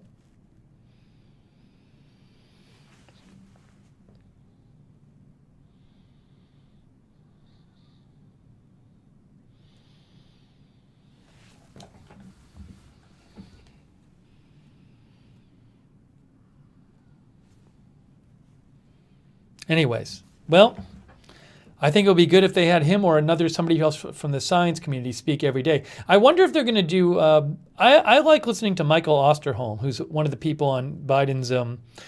He's a scientist. He's on Biden's advisory team, so I'd like to see him speak. But so I don't know. Are they going to do like events where they just have like some people from the advisory board speak?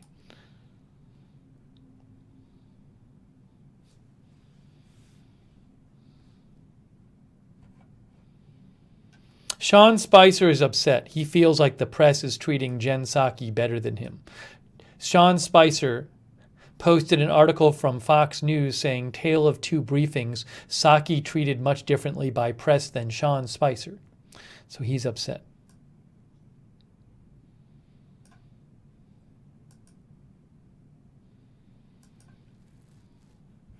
Andrew Beatty,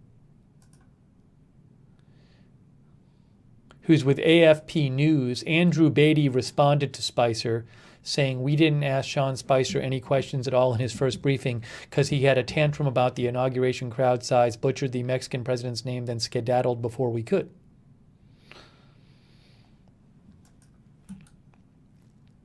Anyways.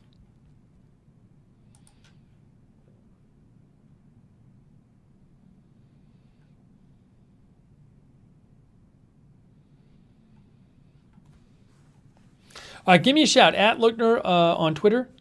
Let me know your thoughts. If you have comments, questions, updates on different stories. We are covering some different news stories here. I'm also checking to see what comes out while we're on the air.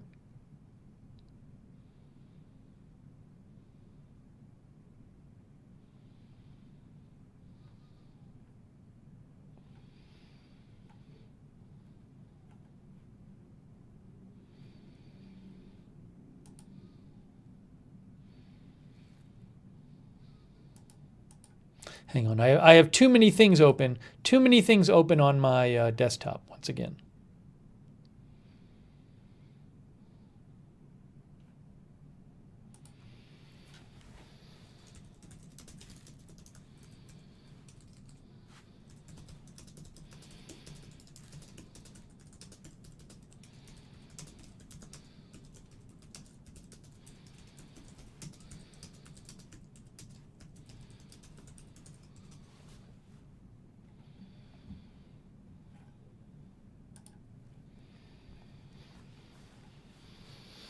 Carson Davis in our Facebook chat says it's always good to have advisors who speak on what they know and not to have to filter it to an end. Ugh, hold on a second. I need to mute somebody. Somebody else spewing nonsense about how Fauci lied a lot. No, that's false. That's false, garbage misinformation, and you have been muted for the next 30 minutes. Go find another stream to post garbage misinformation in, not this one.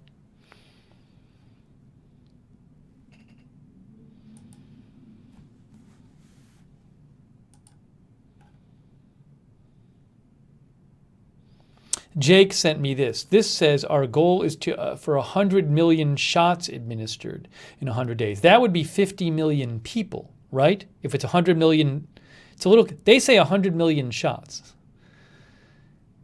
Well, if it's Johnson & Johnson, that's one shot. So maybe it's more than 50 million. Depends on how much Johnson & Johnson there is.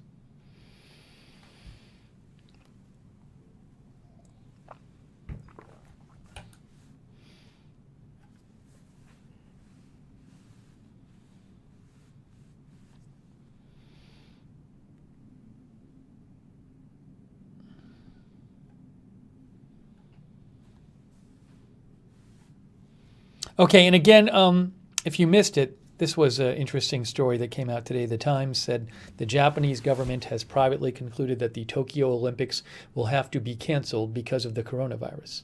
And the focus is now on securing the games for the city in the next available year 2032. We'll see if we hear anything about that from the Japanese government in the coming days.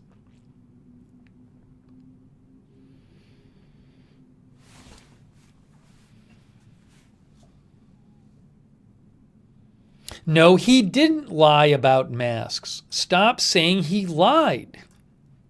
When did he lie?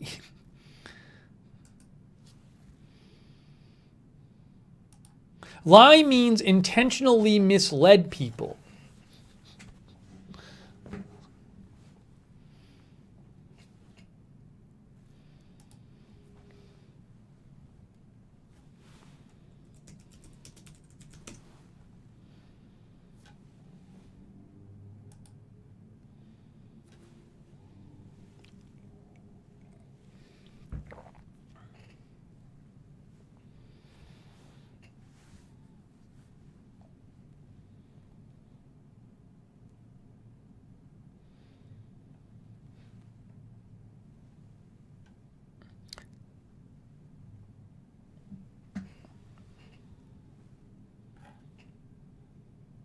Here's an article, if this is what you're talking about. Fact check outdated video of Fauci. A video circulating on social media shows Fauci on March 8th, 2020, saying there's no reason to be walking around with a mask on March 8th, 2020. His remarks were made on March 8th and do not represent his current stance on face coverings.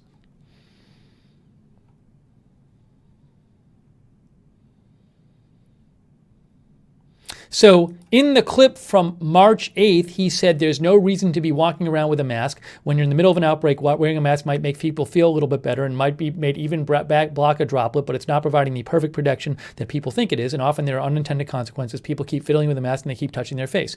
He said this on March 8th during the early stages of the outbreak. The interview predates the CDC's updated guidance on the use of face coverings.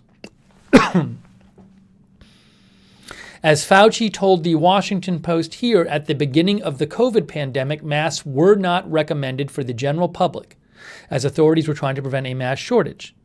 If you're saying he lied, you mean he's intentionally deceiving people.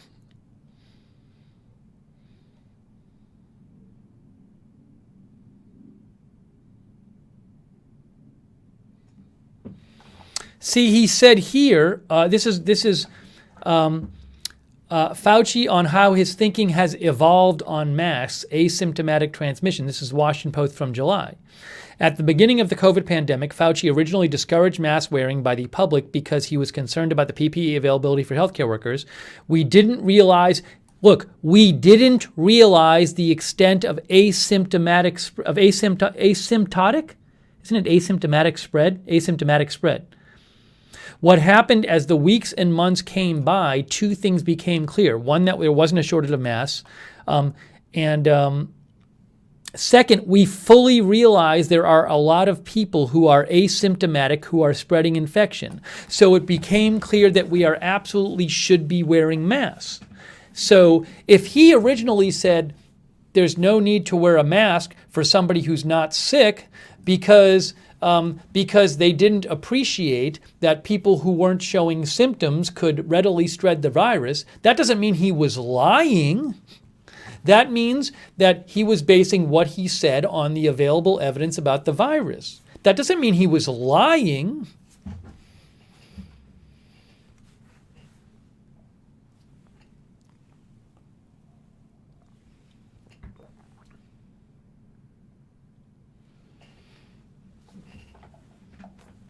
Ugh, hold on a second. I have to time somebody out. If you're going to be ridiculous.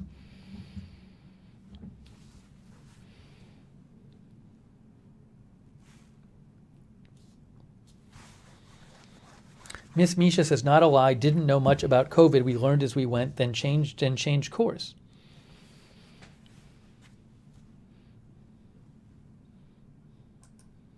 I have no evidence that Dr. Fauci intentionally misled people about masks and lied.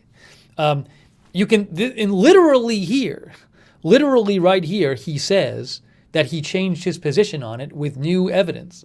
That doesn't mean he was lying.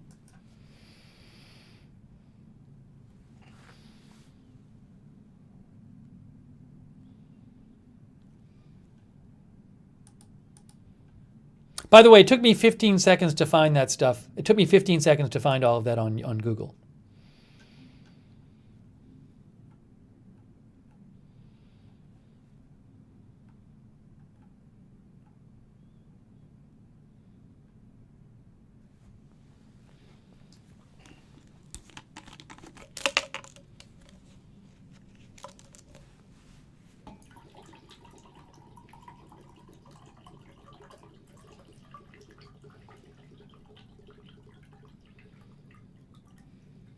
If you find an interview with him from back in March where he's like talking to, or if you find a video of him where he's talking to a friend of his and he's saying, hey, I know that masks can really help people, but I'm going to say that they don't, so people don't wear them. Well, then you could show he was lying. I'm not aware that such evidence exists.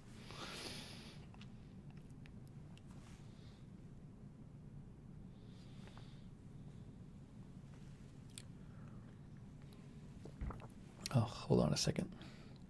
All right.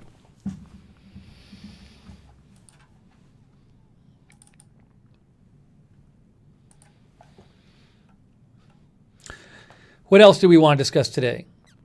Oh, by the way, there's supposed to be protests coming up over Navalny. There's supposed to be protests coming up in Navalny. In Russia on Saturday. Navalny is the leading opposition figure, anti-Putin figure in Russia. He just got back to Russia. Remember, the evidence suggests that the Russian government tried to poison him and kill him. He survived. He got treatment in Germany. He actually chose to go back to Russia to continue his opposition. He just got back. When he showed up, they detained him, and I believe he's still in custody right now. And so there's supposed to be protests, which are not looked kindly upon by the Russian government, on Saturday. Max Seddon had posted this: Russian TikTokers practicing their English to avoid getting arrested during Navalny protests. I think there might be music on this, so I can't show it. If you try to throw me in the paddy wagon, you say you are violating my human rights. Is there music on this? Probably. Yeah, there's music on it, so I can't play it. I retweeted that. But I don't know how big the protests are going to be.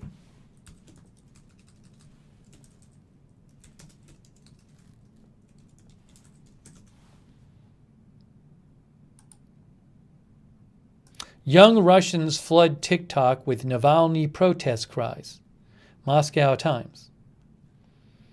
Young Russians have flooded TikTok with calls to rally in support of opposition leader Alexei Navalny this weekend, prompting the state censor to urge the popular short video app's administrators to take them down. Navalny has called for nationwide street protests this Saturday after his arrest in a viral investigation video that he recently posted into an opulent $1.35 billion Black Sea estate that Navalny and news outlets claim belonged to President Putin. The activist was jailed this week after a defiant return to Russia from Germany, where he'd been hospitalized with what Western scientists determined to be nerve agent poisoning.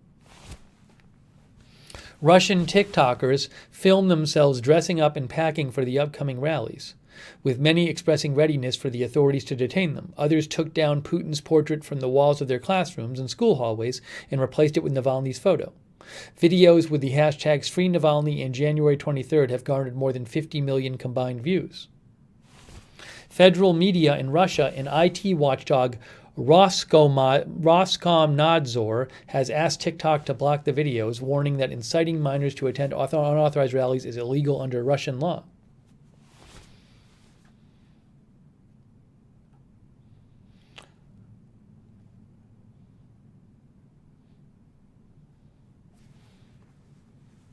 Other TikTok users wearing law enforcement uniforms urged against attending Navalny's rallies, warning that protesters might accidentally get killed. TikTok was Russia's most popular iPhone app in 2020.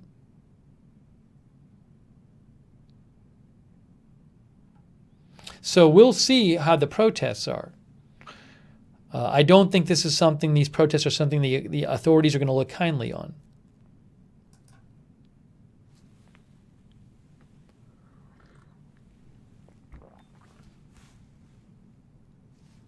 Our viewer Hisenburn says, respect Navalny's courage. Miss Misha says, brave kids.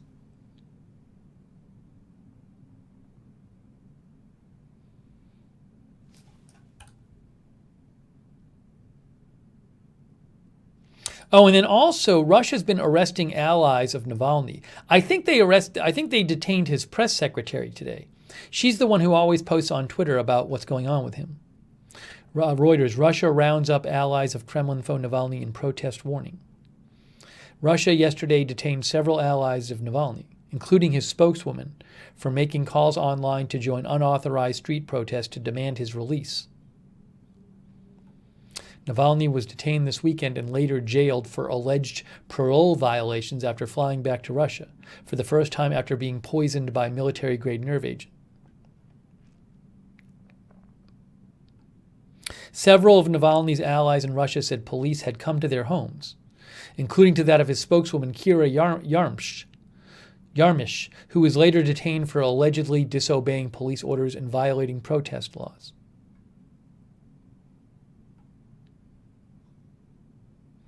Authorities have said the planned rallies are illegal and that people who make such calls would be held to account. TikTok has been flooded with videos promoting the protests. A student at Moscow University who asked not to be named told Reuters he and his classmates had been threatened with possible expulsion if they attend the protests.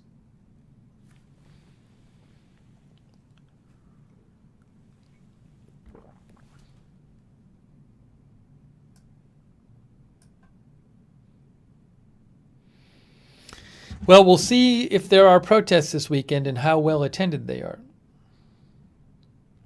Jack Varley, we may cover the protests. I don't know yet. We'll have to see. It's possible. It's possible we'll cover the protests. We'll just have to see how things shake out there. Sue Baker thinks Putin is awful to the people. Protest will not end well. Alibaba says, makes no sense to me why he went back, and then even so, why fly back to be detained easily? I mean, I believe he's going back because this is what he thinks is important to do. He wants to continue the fight there.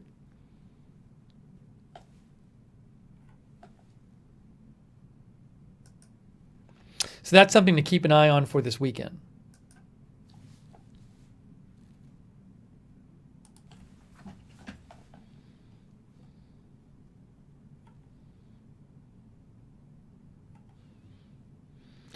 Okay, so that's going on.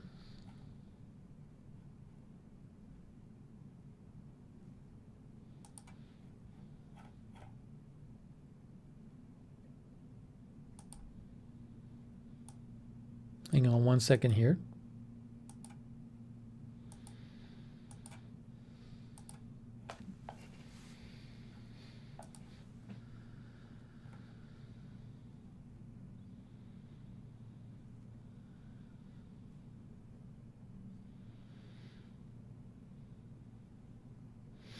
Ten4 says, what will happen to Russia when Putin is done and gone 10 years from now? You think he'll be gone 10 years from now? I don't know that.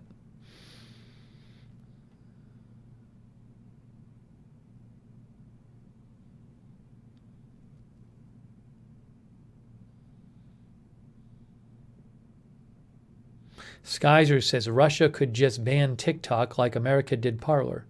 My guess is they wouldn't want to do that because it gets people so angry. I don't know, but there is a cost if the government bans it, that the people get angry.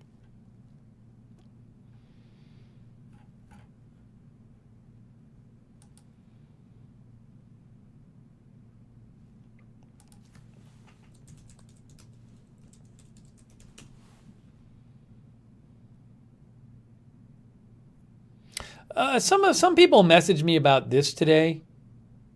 I hadn't really heard of the story, but I got some messages about this story from you guys. Hang on, I'll show you.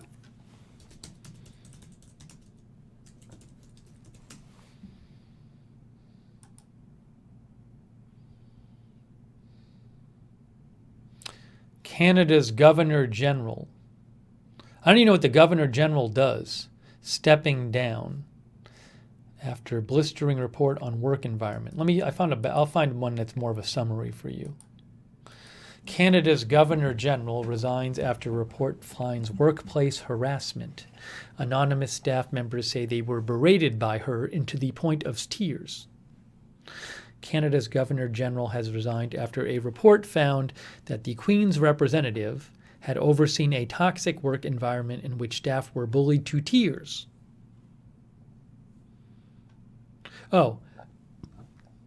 Payette, the Governor General, is the representative of Queen Elizabeth as head of state, a largely ceremonial position.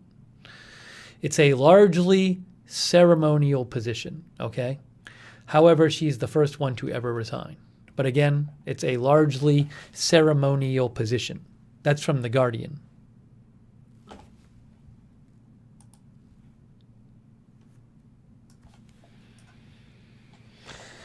LNG says she's the Queen's representative, opens Parliament, mostly ceremonial.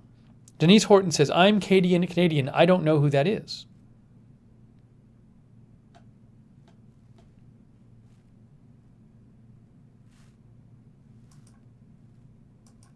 White Dog says, we have a Governor General in Australia too.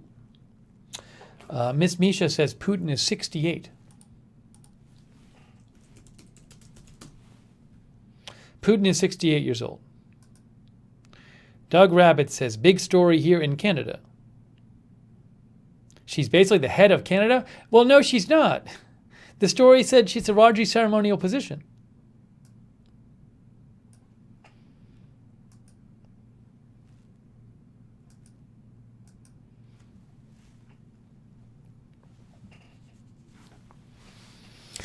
Hey, remember, if you like Agenda Free TV and Agenda Free TV 2, subscribe to the channel so you know when we're coming on the air to cover breaking news. And a reminder, on YouTube, I have 2 news channels on YouTube. You're watching Agenda Free TV 2. That's the one you're watching right now, this one. But I have Agenda Free TV. The main channel is regular Agenda Free TV, this one. That's where I do the single story coverage. So make sure you subscribe to both if you're a YouTube viewer. If you watch on another platform, they're all on the same channel.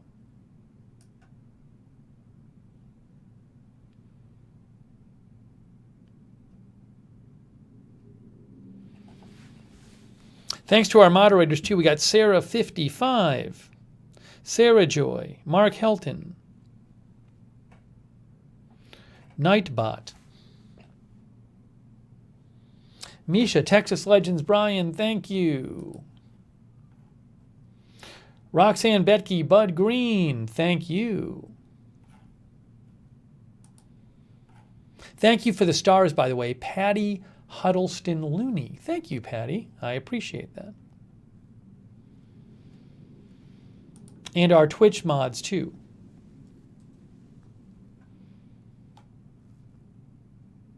Maddie Mags, Racing, Neophyte, and Teriak. If anybody wants to be a volunteer moderator, we can always use more moderators. That'd be awesome.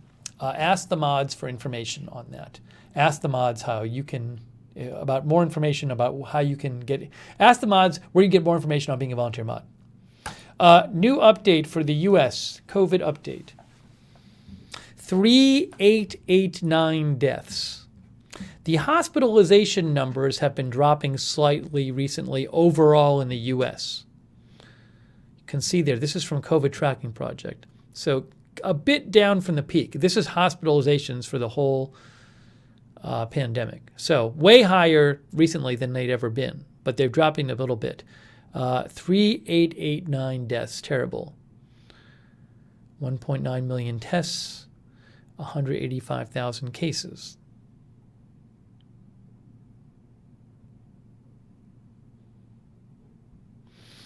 They also say, despite the alarmingly high death numbers, there are encouraging trends in the COVID case and hospitalization data.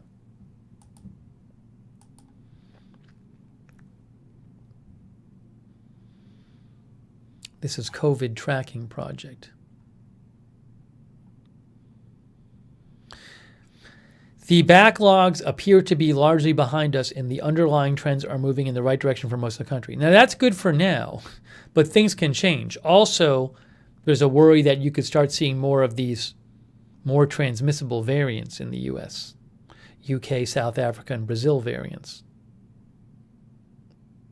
Even for the states experiencing the worst outbreaks, we are seeing early indications that the rates of cases, hospitalizations, and deaths are easing, though some areas are still reporting dangerously high case and hospitalization levels and wrenching death rates.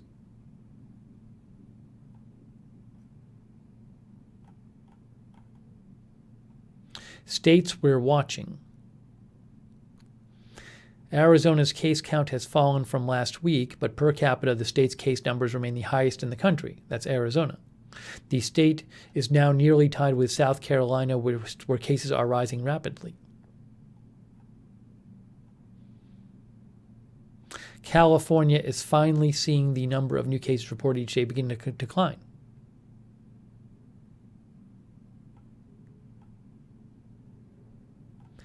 Alabama has had the second highest number of COVID hospitalizations per capita last week, has now reported its highest ever number of weekly COVID deaths. In a gruesome echo of Southern California's outbreak, Alabama crematoriums are running around the clock.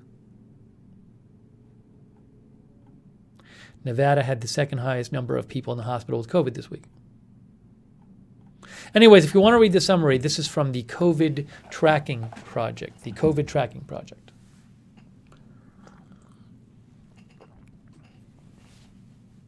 Hey, thanks so much, by the way, to Starfire3. I really appreciate that, Starfire3. Thank you. I'm glad you're liking the channels. And also, Read is Real. Hey, Read is Real, thanks for your support. And thank you, Read is Real, for shouting out the moderators.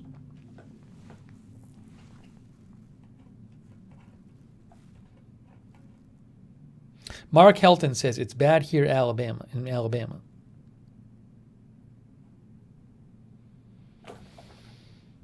All right, hang on one second here.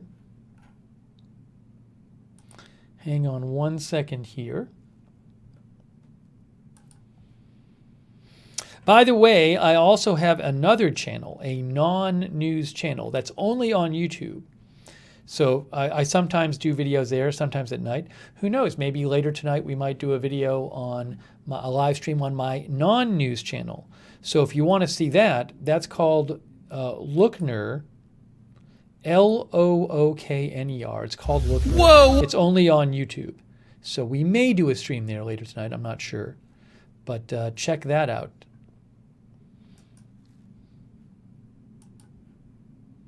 Oh, thank you, Diane Summers. Thank you so much, Diane, for the Facebook stars. I appreciate it.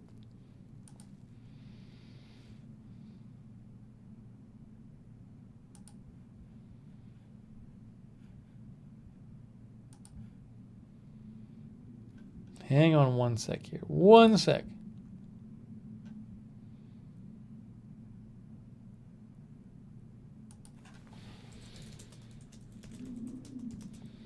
Reinders says, we seem to be flattening the curve here in Illinois.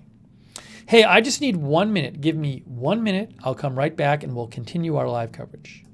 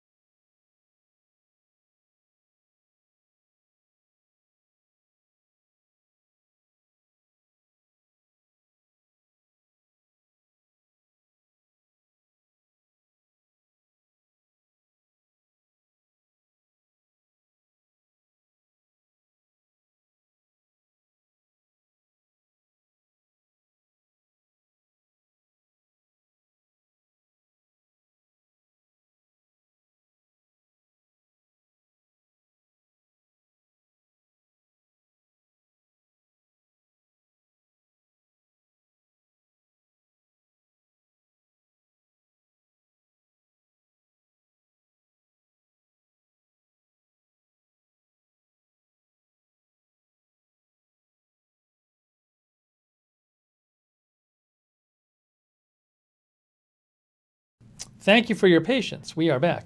Hey, I saw there's another story I wanted to mention. There was another story I wanted to mention, which is this one. Ooh.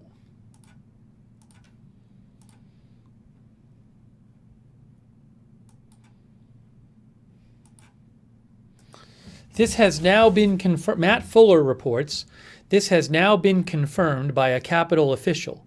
Representative Andy Harris of Maryland tried to bring a gun onto the House floor today. I also witnessed the whole thing and saw him try to give his gun to another member, he says. This is Matt Fuller. Also, Matt Fuller says, there might be a reason Republicans are so upset about the metal detectors outside the House floor. Someone I talked to tonight who would have a good sense of this situation told me there are a lot more members than we think who go to the floor armed.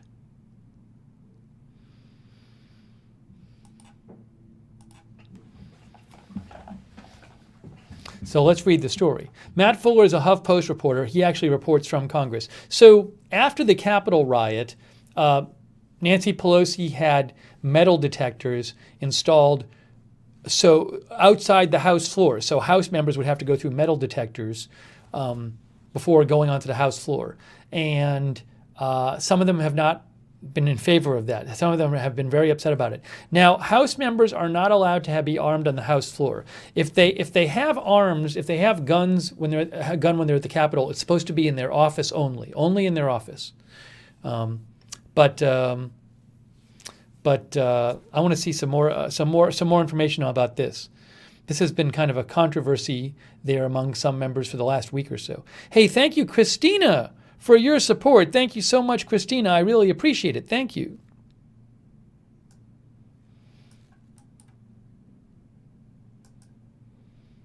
Okay. HuffPost, GOP rep Andy Harris tries to bring gun into House chamber. Republicans keep complaining about the new metal detectors outside the House chamber. Now we know why, he says. Or they say, whoever wrote the headline. New security measures outside the U.S. House chamber prevented a Republican lawmaker from bringing a gun onto the House floor Thursday. Representative Andy Harris from Maryland, Republican, who has repeatedly flouted the magnetometers that were installed near the House chamber after the January 6th attack on the U.S. Capitol, set off the metal detectors while trying to enter. When an officer with a metal detector wand scanned him, a firearm was detected on Harris's side, concealed by his suit coat. Police refused to let Harris in, and the officer signaled a security agent that Harris had a gun on him by motioning toward his own firearm. HuffPost witnessed the interaction and later confirmed with a Capitol official that Harris was carrying a gun. HuffPost watched Harris try to get another member to take the gun from him so he could go vote. The member, John Katko, told Harris he didn't have a license and refused to hold the weapon for him. HuffPost also heard Harris complain to some fellow members that he had asked his staff to remind him about the screenings and they hadn't. Harris then left on the elevators and 10 minutes later returned to the House chamber. He placed his cell phone and keys on a desk to the side, did not set off the magnetometer, and was allowed to enter the House floor to vote on a waiver. So maybe it was just a genuine mistake. Maybe it was just a genuine mistake. I mean, there's no evidence that he was trying to, do anything bad with it.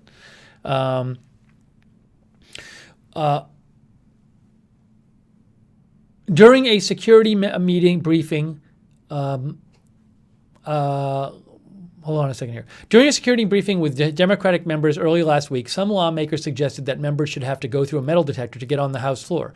Representative Lauren Boebert, Republican Colorado, has said she'll carry a gun around D.C., which does not allow the open carrying of a firearm.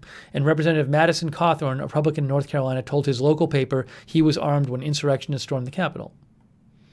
When House lawmakers came back on January 12th, they found metal detectors outside entrances to the House chamber. Most members followed police orders and went through the metal detectors, but some Republicans sidestepped the machines or refused to be checked with wands after they set it off, Harris among them. Speaker Pelosi has said she will fine members who bypass screenings, $5,000 for their first offense and $10,000 for their second. Those fines are not yet in effect, as the House hasn't adopted those rules, and a few members continue to not comply with the screenings. On Thursday, HuffPost saw Andy Biggs from Arizona, Rick Allen from Georgia, and Boebert all refuse to be wanded down after setting off the magnetometer. But when Harris went through the metal detector Thursday and set it off, the police officer stepped in his way and directed Harris to spread his arms so he could use the handheld wand. Harris complied, and the officer found the gun on his side. Members are allowed to carry a gun in the office buildings in the Capitol and on Capitol grounds, but they are expressly... So members are allowed to carry a gun in the office buildings in the Capitol and on Capitol grounds, but they are expressly forbidden to carry firearms onto the floor. And guns in the Capitol are not supposed to be loaded. Members can carry bullets separately. Harris's office did not return multiple requests for comment, nor did Speaker Nancy Pelosi's office. So that's something that happened today. Joyce says if you can actually forget you have your gun on you, then you're too dumb to have one. Geez. So Joyce doesn't think it's realistic that he forgot he had it on him. I don't know.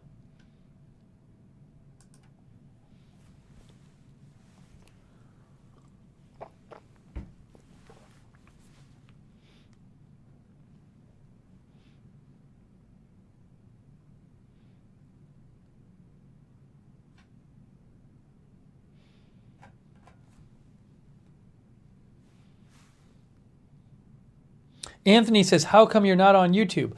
I am on YouTube, Anthony, but there are two YouTube channels, Agenda Free TV and Agenda Free TV 2. You got to go to Agenda Free TV 2. Agenda Free TV 2 on YouTube. Look, there it is. It's live right there. Agenda Free TV 2. Two YouTube channels.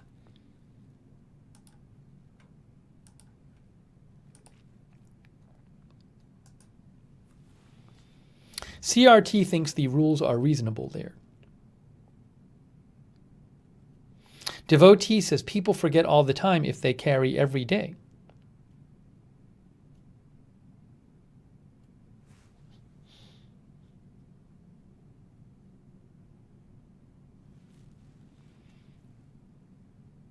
I will say this. I mean, the metal detectors have now been up there for like over a week. So, you know, it's not like this is a new thing there.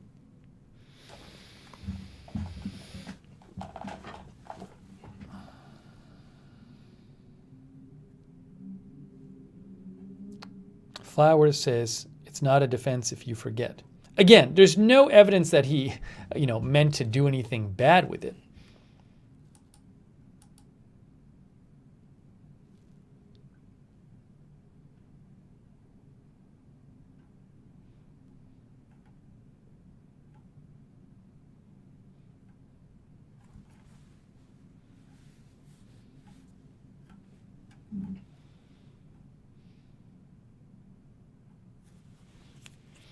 Okay.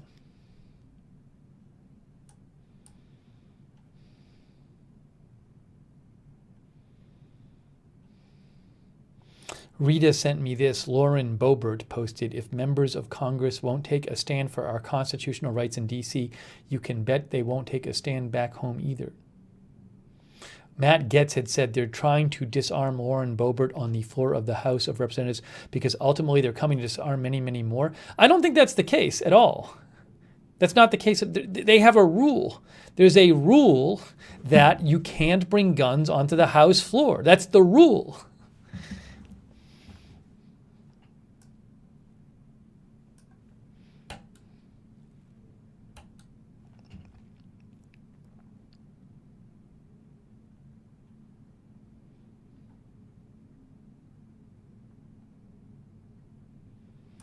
Rita sent me this earlier today. Garrett Hack reported GOP Representative Andy Biggs, Arizona, just set off the magnetometer, the metal detector outside the House chamber, refused to be wanded, and just blew past the Capitol police officer into the chamber. Likewise, I think I retweeted this. Likewise, Lauren Boebert straight into the chamber after setting off magnetometer. Cap police aren't making a big deal about it, but members know they'll be fined $5,000.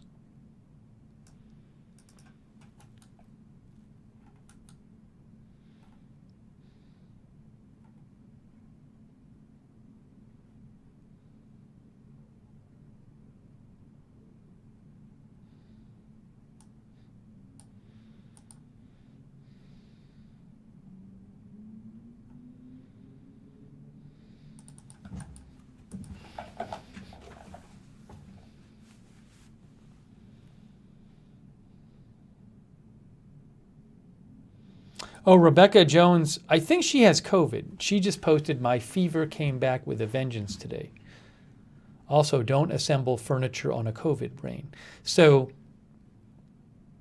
she has been charged with a crime by the state of Florida. I don't want to get all into the details of the story, but she's she used to help run the Florida COVID website, and then she claimed that the state wanted her to fudge the numbers, and then she was fired, and now they claim that she illegally accessed, I believe, some data.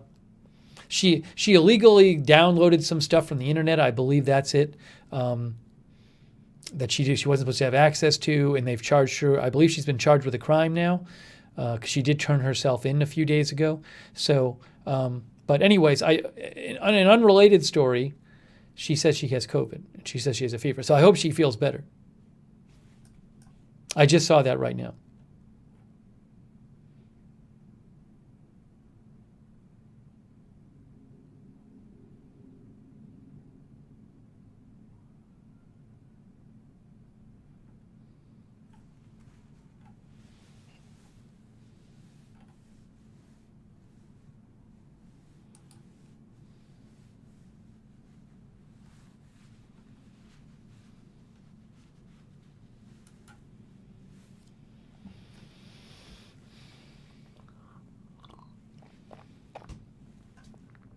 Okay. Give me a shout at Lookner on Twitter.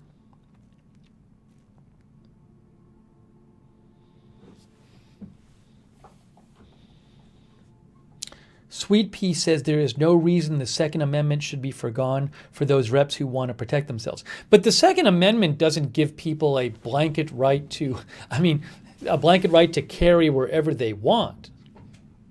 I mean, that's at least how the courts have understood it. I mean, plenty of states and localities have their own rules against carrying weapons, especially in particular places.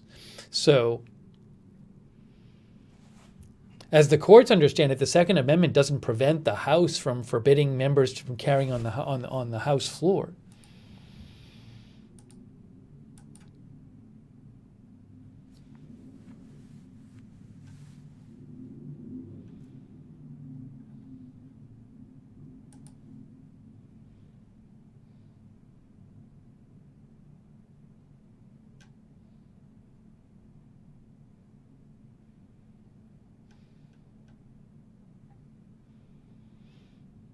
Matt wants me to post a pre-recorded clip on AGTV shortly before going live on AGTV2. Well, I can't do that for a couple reasons. First of all, you only get a limited number of notifications for a channel. So to use up a notification on one channel when you're not even doing a broadcast there seems like not a wise use of notifications. Also, when people subscribe to Agenda Free TV, they're subscribing to get notified about Agenda Free TV. They're not subscribing to get notified about another channel, right? So I don't want to give people notifications for another channel when they've signed up for not that channel, when that's not the channel they signed up for. So there's that. But I will say this: if you want to make sure you get notified for the channel, for Agenda Free TV 2. Now remember, on all the platforms except for YouTube, it's one channel, Agenda Free TV. If you want to make sure you get notified for Agenda Free TV 2, well, generally speaking, if you want to get notified when I'm coming on there to cover anything, sign up for the Discord notifications. The Discord notifications is the best way to make sure you don't miss a broadcast. There's a link at the bottom of the YouTube video description. Also, the moderators can post the link right now. It's Discord, it's free. You sign up, you get notifications. If you put the Discord app on your phone, the notifications pop up right on your phone whenever we're coming on the air. So do that. Also, I'm on Twitter at Agenda Free TV. I always post, whether we're going on Agenda Free TV or Agenda Free TV 2, I always post here at Agenda Free TV. You can follow that, and then you can turn on notifications for that. Also, make sure on Agenda Free TV 2, if you subscribe on YouTube, you have the notifications bell checked, and the notifications bell. Oh, hold on a second here. Got to go here. Let's go to this one. click the notifications bell and choose all notifications. So this is Agenda Free TV, but there's a bell on Agenda Free TV. Do click it, choose all notifications.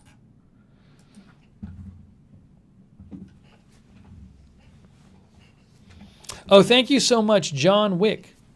Thank you so much, John Wick. I appreciate your support. And thanks for shouting out the moderators, John Wick. I appreciate that too. So thanks for the suggestion, Matt Parker. But I would you can get notified if you do those other things.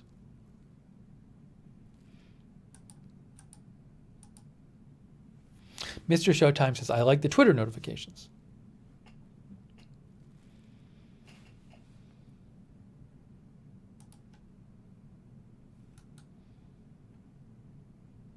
.1 earthquake near Oakland 5 minutes ago. 3.1.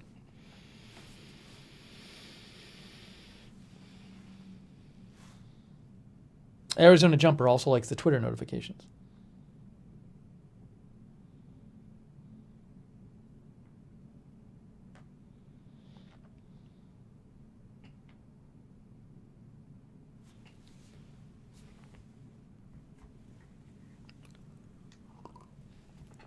Okay.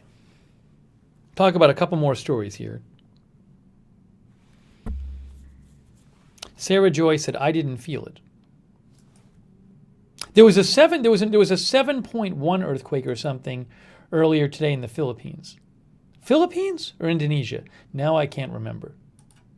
Let's look. There was a 7.0 southeast of the Philippines. It wasn't on land. It was on water, southeast of the Philippines.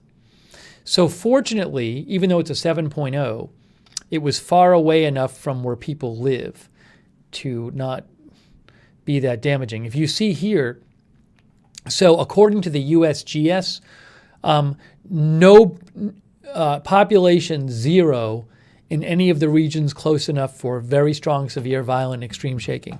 Only 6,000 lived in the strong shaking region, 173,000 in the moderate shaking region. So it was far, you don't want to see that where people live, but it was far enough away that that there weren't many people who felt strong shaking.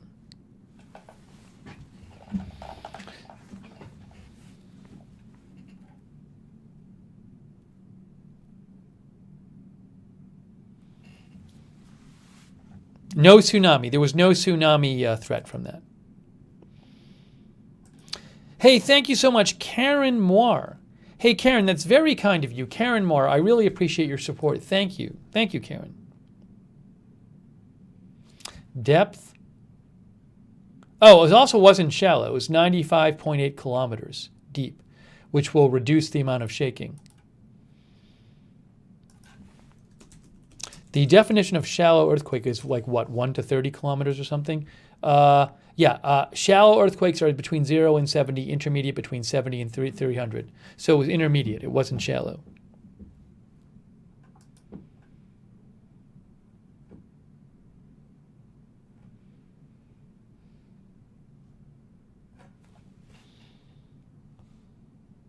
Dalami says we had a small quake in the North Bay recently.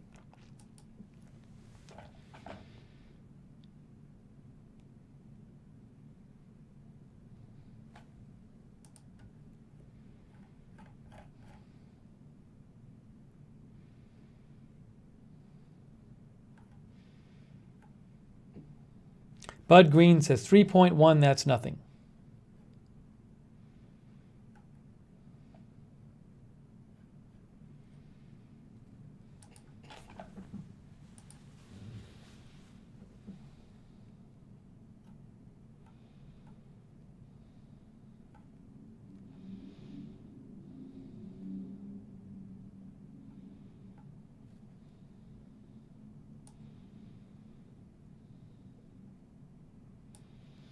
And hang on, I just want to see if there's anything else I wanted to bring up here.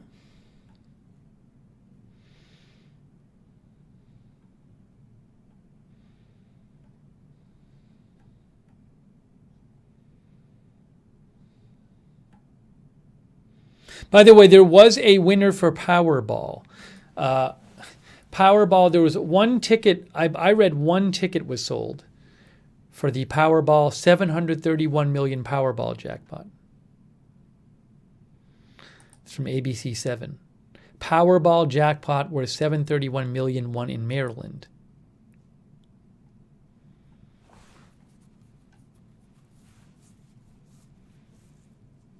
There was one ticket. Only one ticket. Now, Mega Millions is now at 970 million. The next Mega Millions drawing is tomorrow night.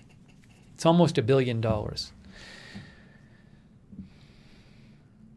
The 10 largest jackpots ever from ABC 7. This Powerball one looks like it would be around the 5th largest one. The Mega Millions is up to the 3rd largest one.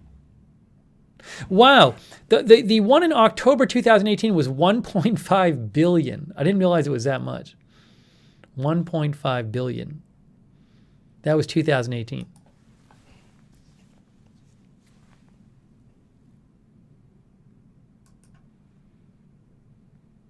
Denise says one person won that. Kalafa Kingston is watching from Hawaii.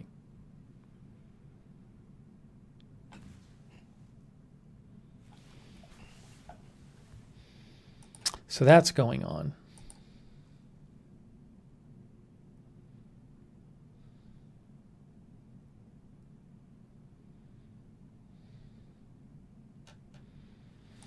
Joe Arrow, our viewer, says, if Representative Harris had done this at an airport, he'd be in jail. They have no respect for law enforcement. Talking about the representative who was walking onto the House floor with a gun until he got stopped by security.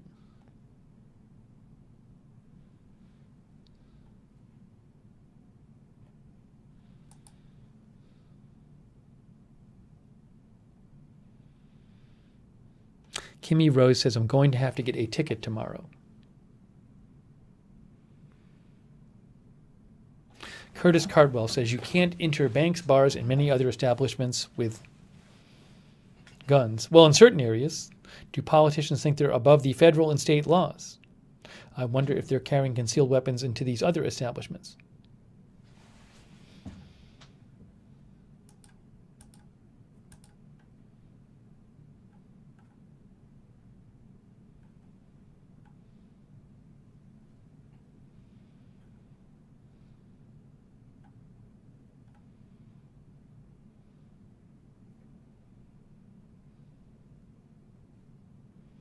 This is interesting. Look at what Chris Gardner says.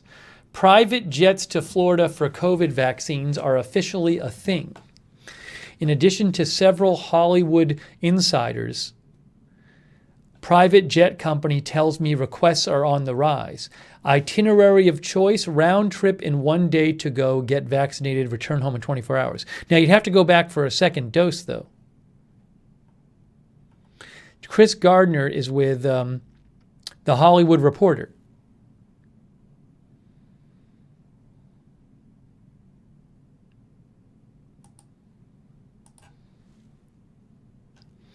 Then Tara Parker Pope said, first reported by Wall Street Journal.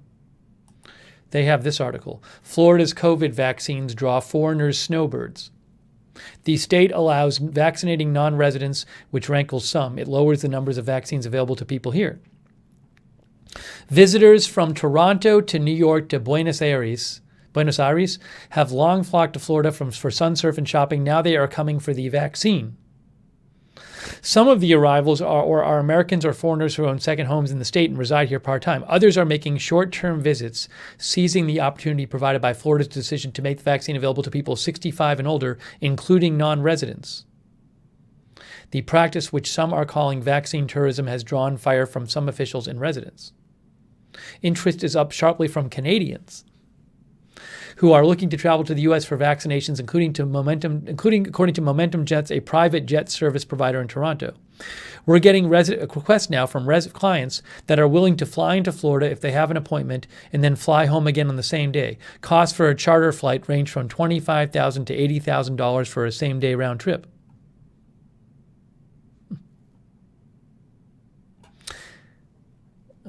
This travel... Martin Firestone, an insurance broker and president of Travel Security in Toronto, said about 30% of his clientele of so-called snowbirds decided to travel to the southern U.S. in November despite the pandemic. He believes all of these clients have either received their first vaccine dose or are in the process of getting an appointment. And they're telling all their friends, he says. So that's something that's going on.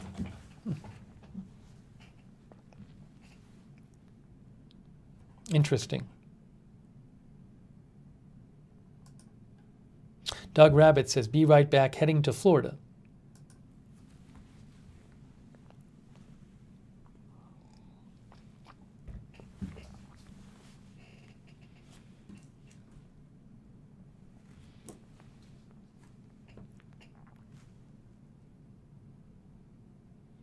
Hey, thanks, by the way, to Denise Horton for your support. Denise Horton, thank you, from Canada. And also Angel Shark.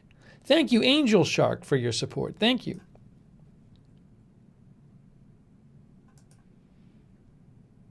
Linda Birdbike thinks you should have to be a resident of the location to get the vaccine there.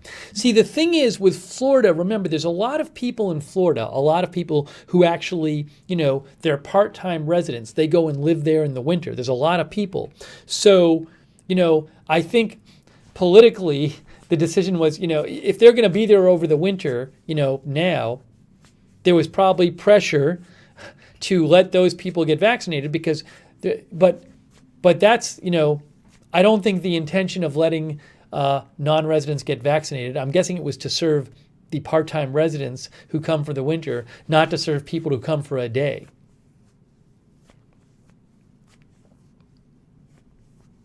Elizabeth G says part-time residents can get the vaccine but not tourists as of today. Is that true?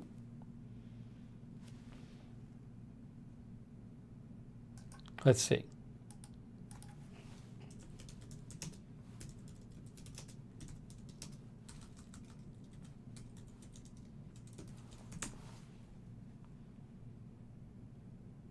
Ooh, look at this. I didn't even know. Florida issues new COVID vaccine residency rules to cut down on vaccine tourism. Florida issued new health guidelines today in an attempt to cut down on vaccine tourism. The state Surgeon General signed a public health advisory prioritizing Florida residents for the vaccines. Prioritizing? After the governor said publicly shots should be reserved for part-time or full-time residents. How are they doing this, though?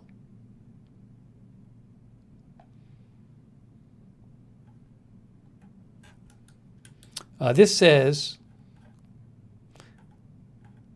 vaccine tourism is not a big deal, experts say. Dr. William Schaffner at Vanderbilt said as long as the vaccine is being used rather than sitting untouched, it's not a problem from a public health perspective. But how about from a fairness perspective?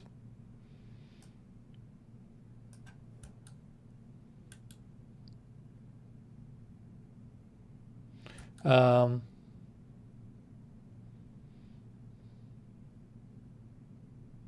they really cracking down? Let's see.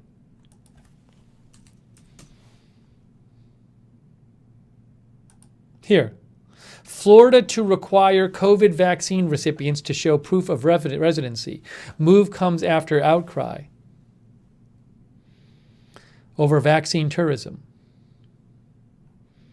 Wall Street Journal. Florida's Surgeon General issued a directive Thursday requiring people seeking COVID vaccines to be permanent or seasonal residents. Oh, how about that? All shot providers must now ensure recipients are full or part-time residents of the state by requiring documentation.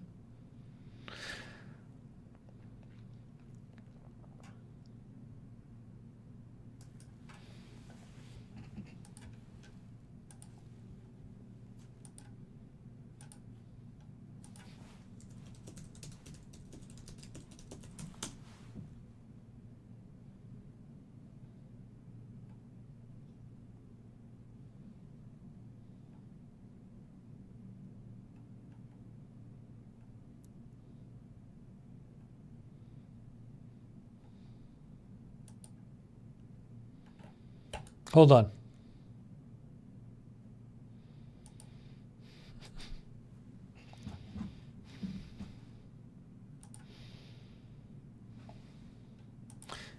I want to send out a tweet about it, by the way.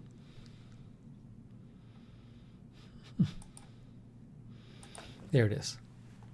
Florida has issued new health guidelines in an attempt to cut down on vaccine tourism, requiring that COVID vaccines be given only to permanent and seasonal residents. All right. I didn't even know.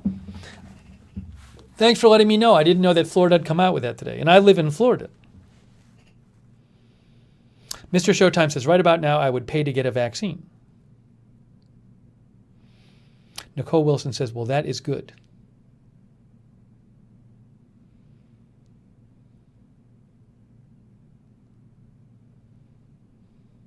Rob the Slot says you need a Florida driver's license or tax records for a part-time residence in your name.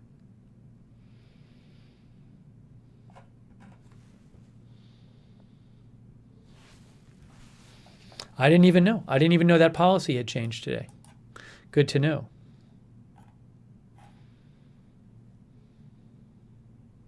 Hold on. Hold on. Hold on. Boop, boop, boop, boop, boop, boop, boop. Okay.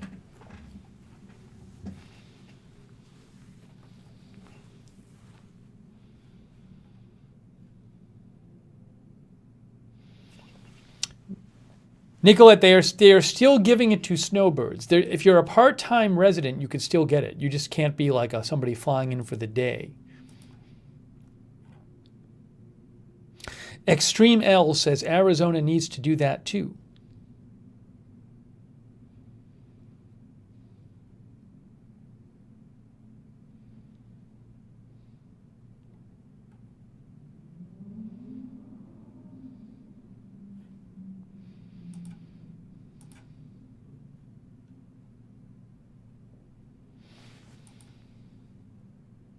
Rita found the actual document from today. Thank you, Rita. Prioritization of Floridians for COVID vaccine in Florida.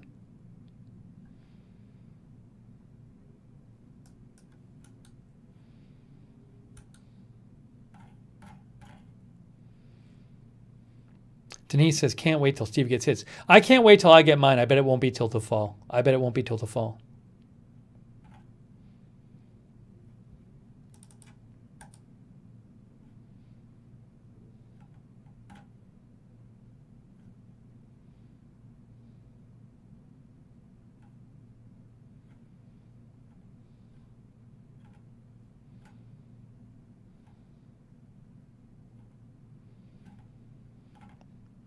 All right. Hey, guys, I think it might be getting about time for me to eat. I got to eat something. I got to eat something. So I think it's time. I think we covered a bunch of the major stories today. So I think I'm going to wrap up this live broadcast. We may do a stream tonight. We may do a stream on my other channel, Lookner. So if you've never checked that out, you might want to check it out. It's only on YouTube. That channel is here. So we may do a stream here possibly later on tonight on Lookner, so check that out. If there's big news, we'll come back on the air and do agenda-free TV coverage.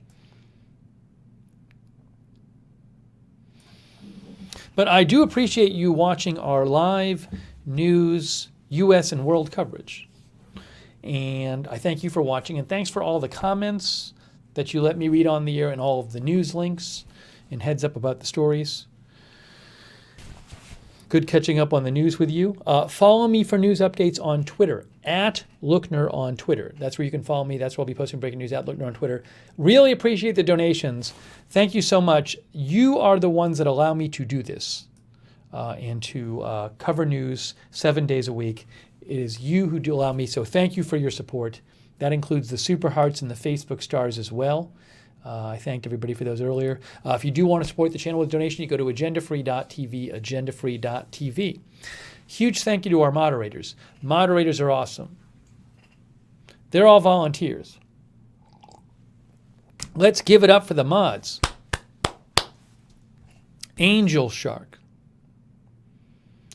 Mark Helton. Melissa Alicia. Sarah 55. Sarah Joy.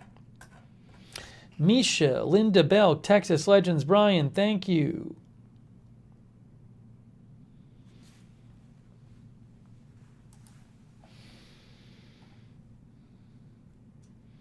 Also, our Facebook mods, Roxanne Becky has been there. Bud Green has been there. Thank you.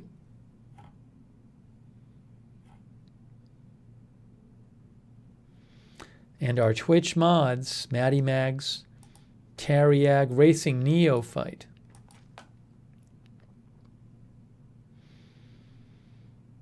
Thanks for being there. Remember, the best way to get notifications for when I'm coming on the air to cover news, sign up for the Discord notifications. Those are the best. It's free. The link is at the bottom of the video description on YouTube, and also the mods can post that link as well. That's the best way to get notified. Make sure you don't miss a broadcast. And we'd love to have more mods. If you want to be a volunteer mod, ask the moderators how you can get more info. Okay. All right. And remember, if you're watching on YouTube, I do have this is the second news channel on YouTube. The first news channel on YouTube is called Agenda Free TV with no 2. Oh, thank you, Mike 1011. Hey, Mike 1011, thank you for the donation. That's very kind of you. Mike 1011, much appreciated. Thanks for your kind words as well. And also Natasha Zadanov.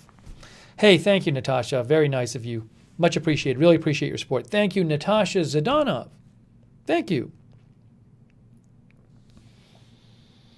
Hey, thanks to our Periscope viewers, Suzanne, Dolamy, Leroy, Sweet Pea Leafer, Anthony, ACL,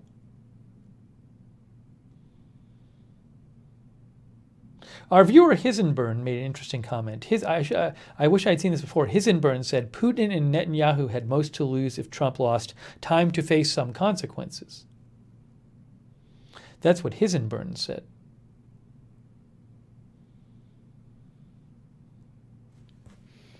Thanks to all of our other Periscope viewers, too. Oh, thank you, Sean K., for your donation. Hey, thanks so much, Sean K. Much appreciated, Sean. Thank you. Thanks to our Facebook viewers, too. Ron Dorland, John W. Harvey, Nicolette Geese.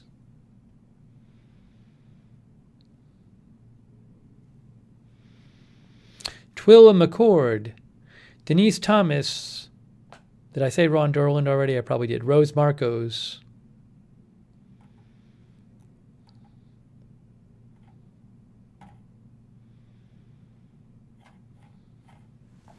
Thank you to all of our viewers on Facebook as well, and all of our other viewers. Thank you.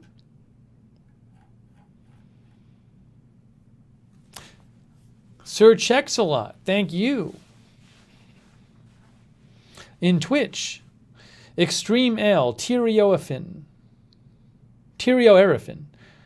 Apocalypse No, Smooth Brain, Harold Smudge, Kitty Bang Bang, Kitty Bangu Bangu.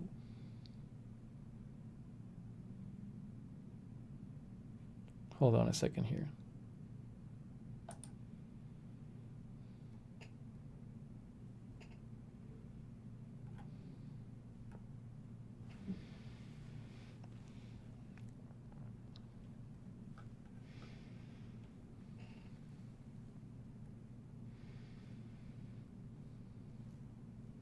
Death Squad, thanks for watching. VTAC versus the World.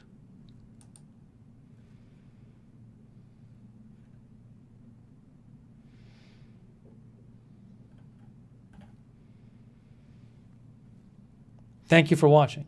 Shaggy Two Fang, thank you for watching. Ellieborn, Holy Tony, Captain Malding, Cornhusker. Thanks to all of our Twitch viewers.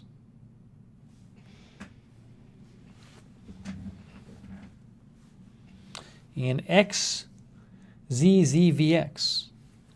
Thanks for watching there, and all of our other Twitch viewers. Thank you for watching on Twitch. And thanks to our YouTube viewers, Underdog Rising, Paula Faust, Sue Baker, Starfire 3, Dark FJ3, Rob Slob, Nick SB, Dart Q, Doug Rabbit, Worker B. We might do a Lookner stream tonight, maybe. Lisa Renee, Amanda Kelly, Shrubby,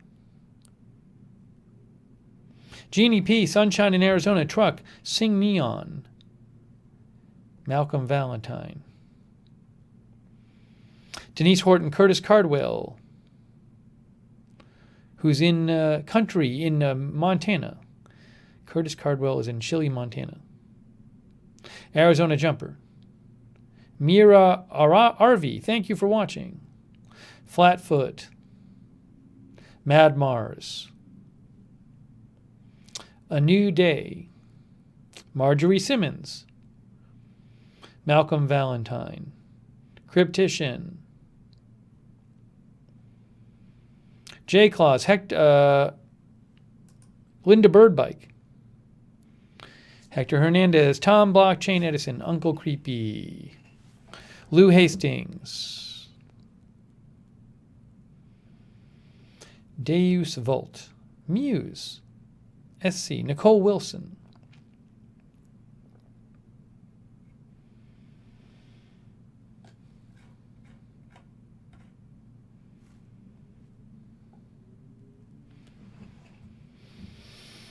And all the best, and Julian Phillips.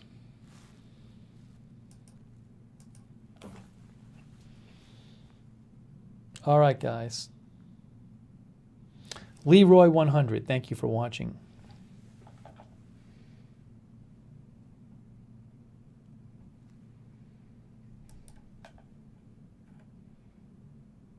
All right, I'm going to eat.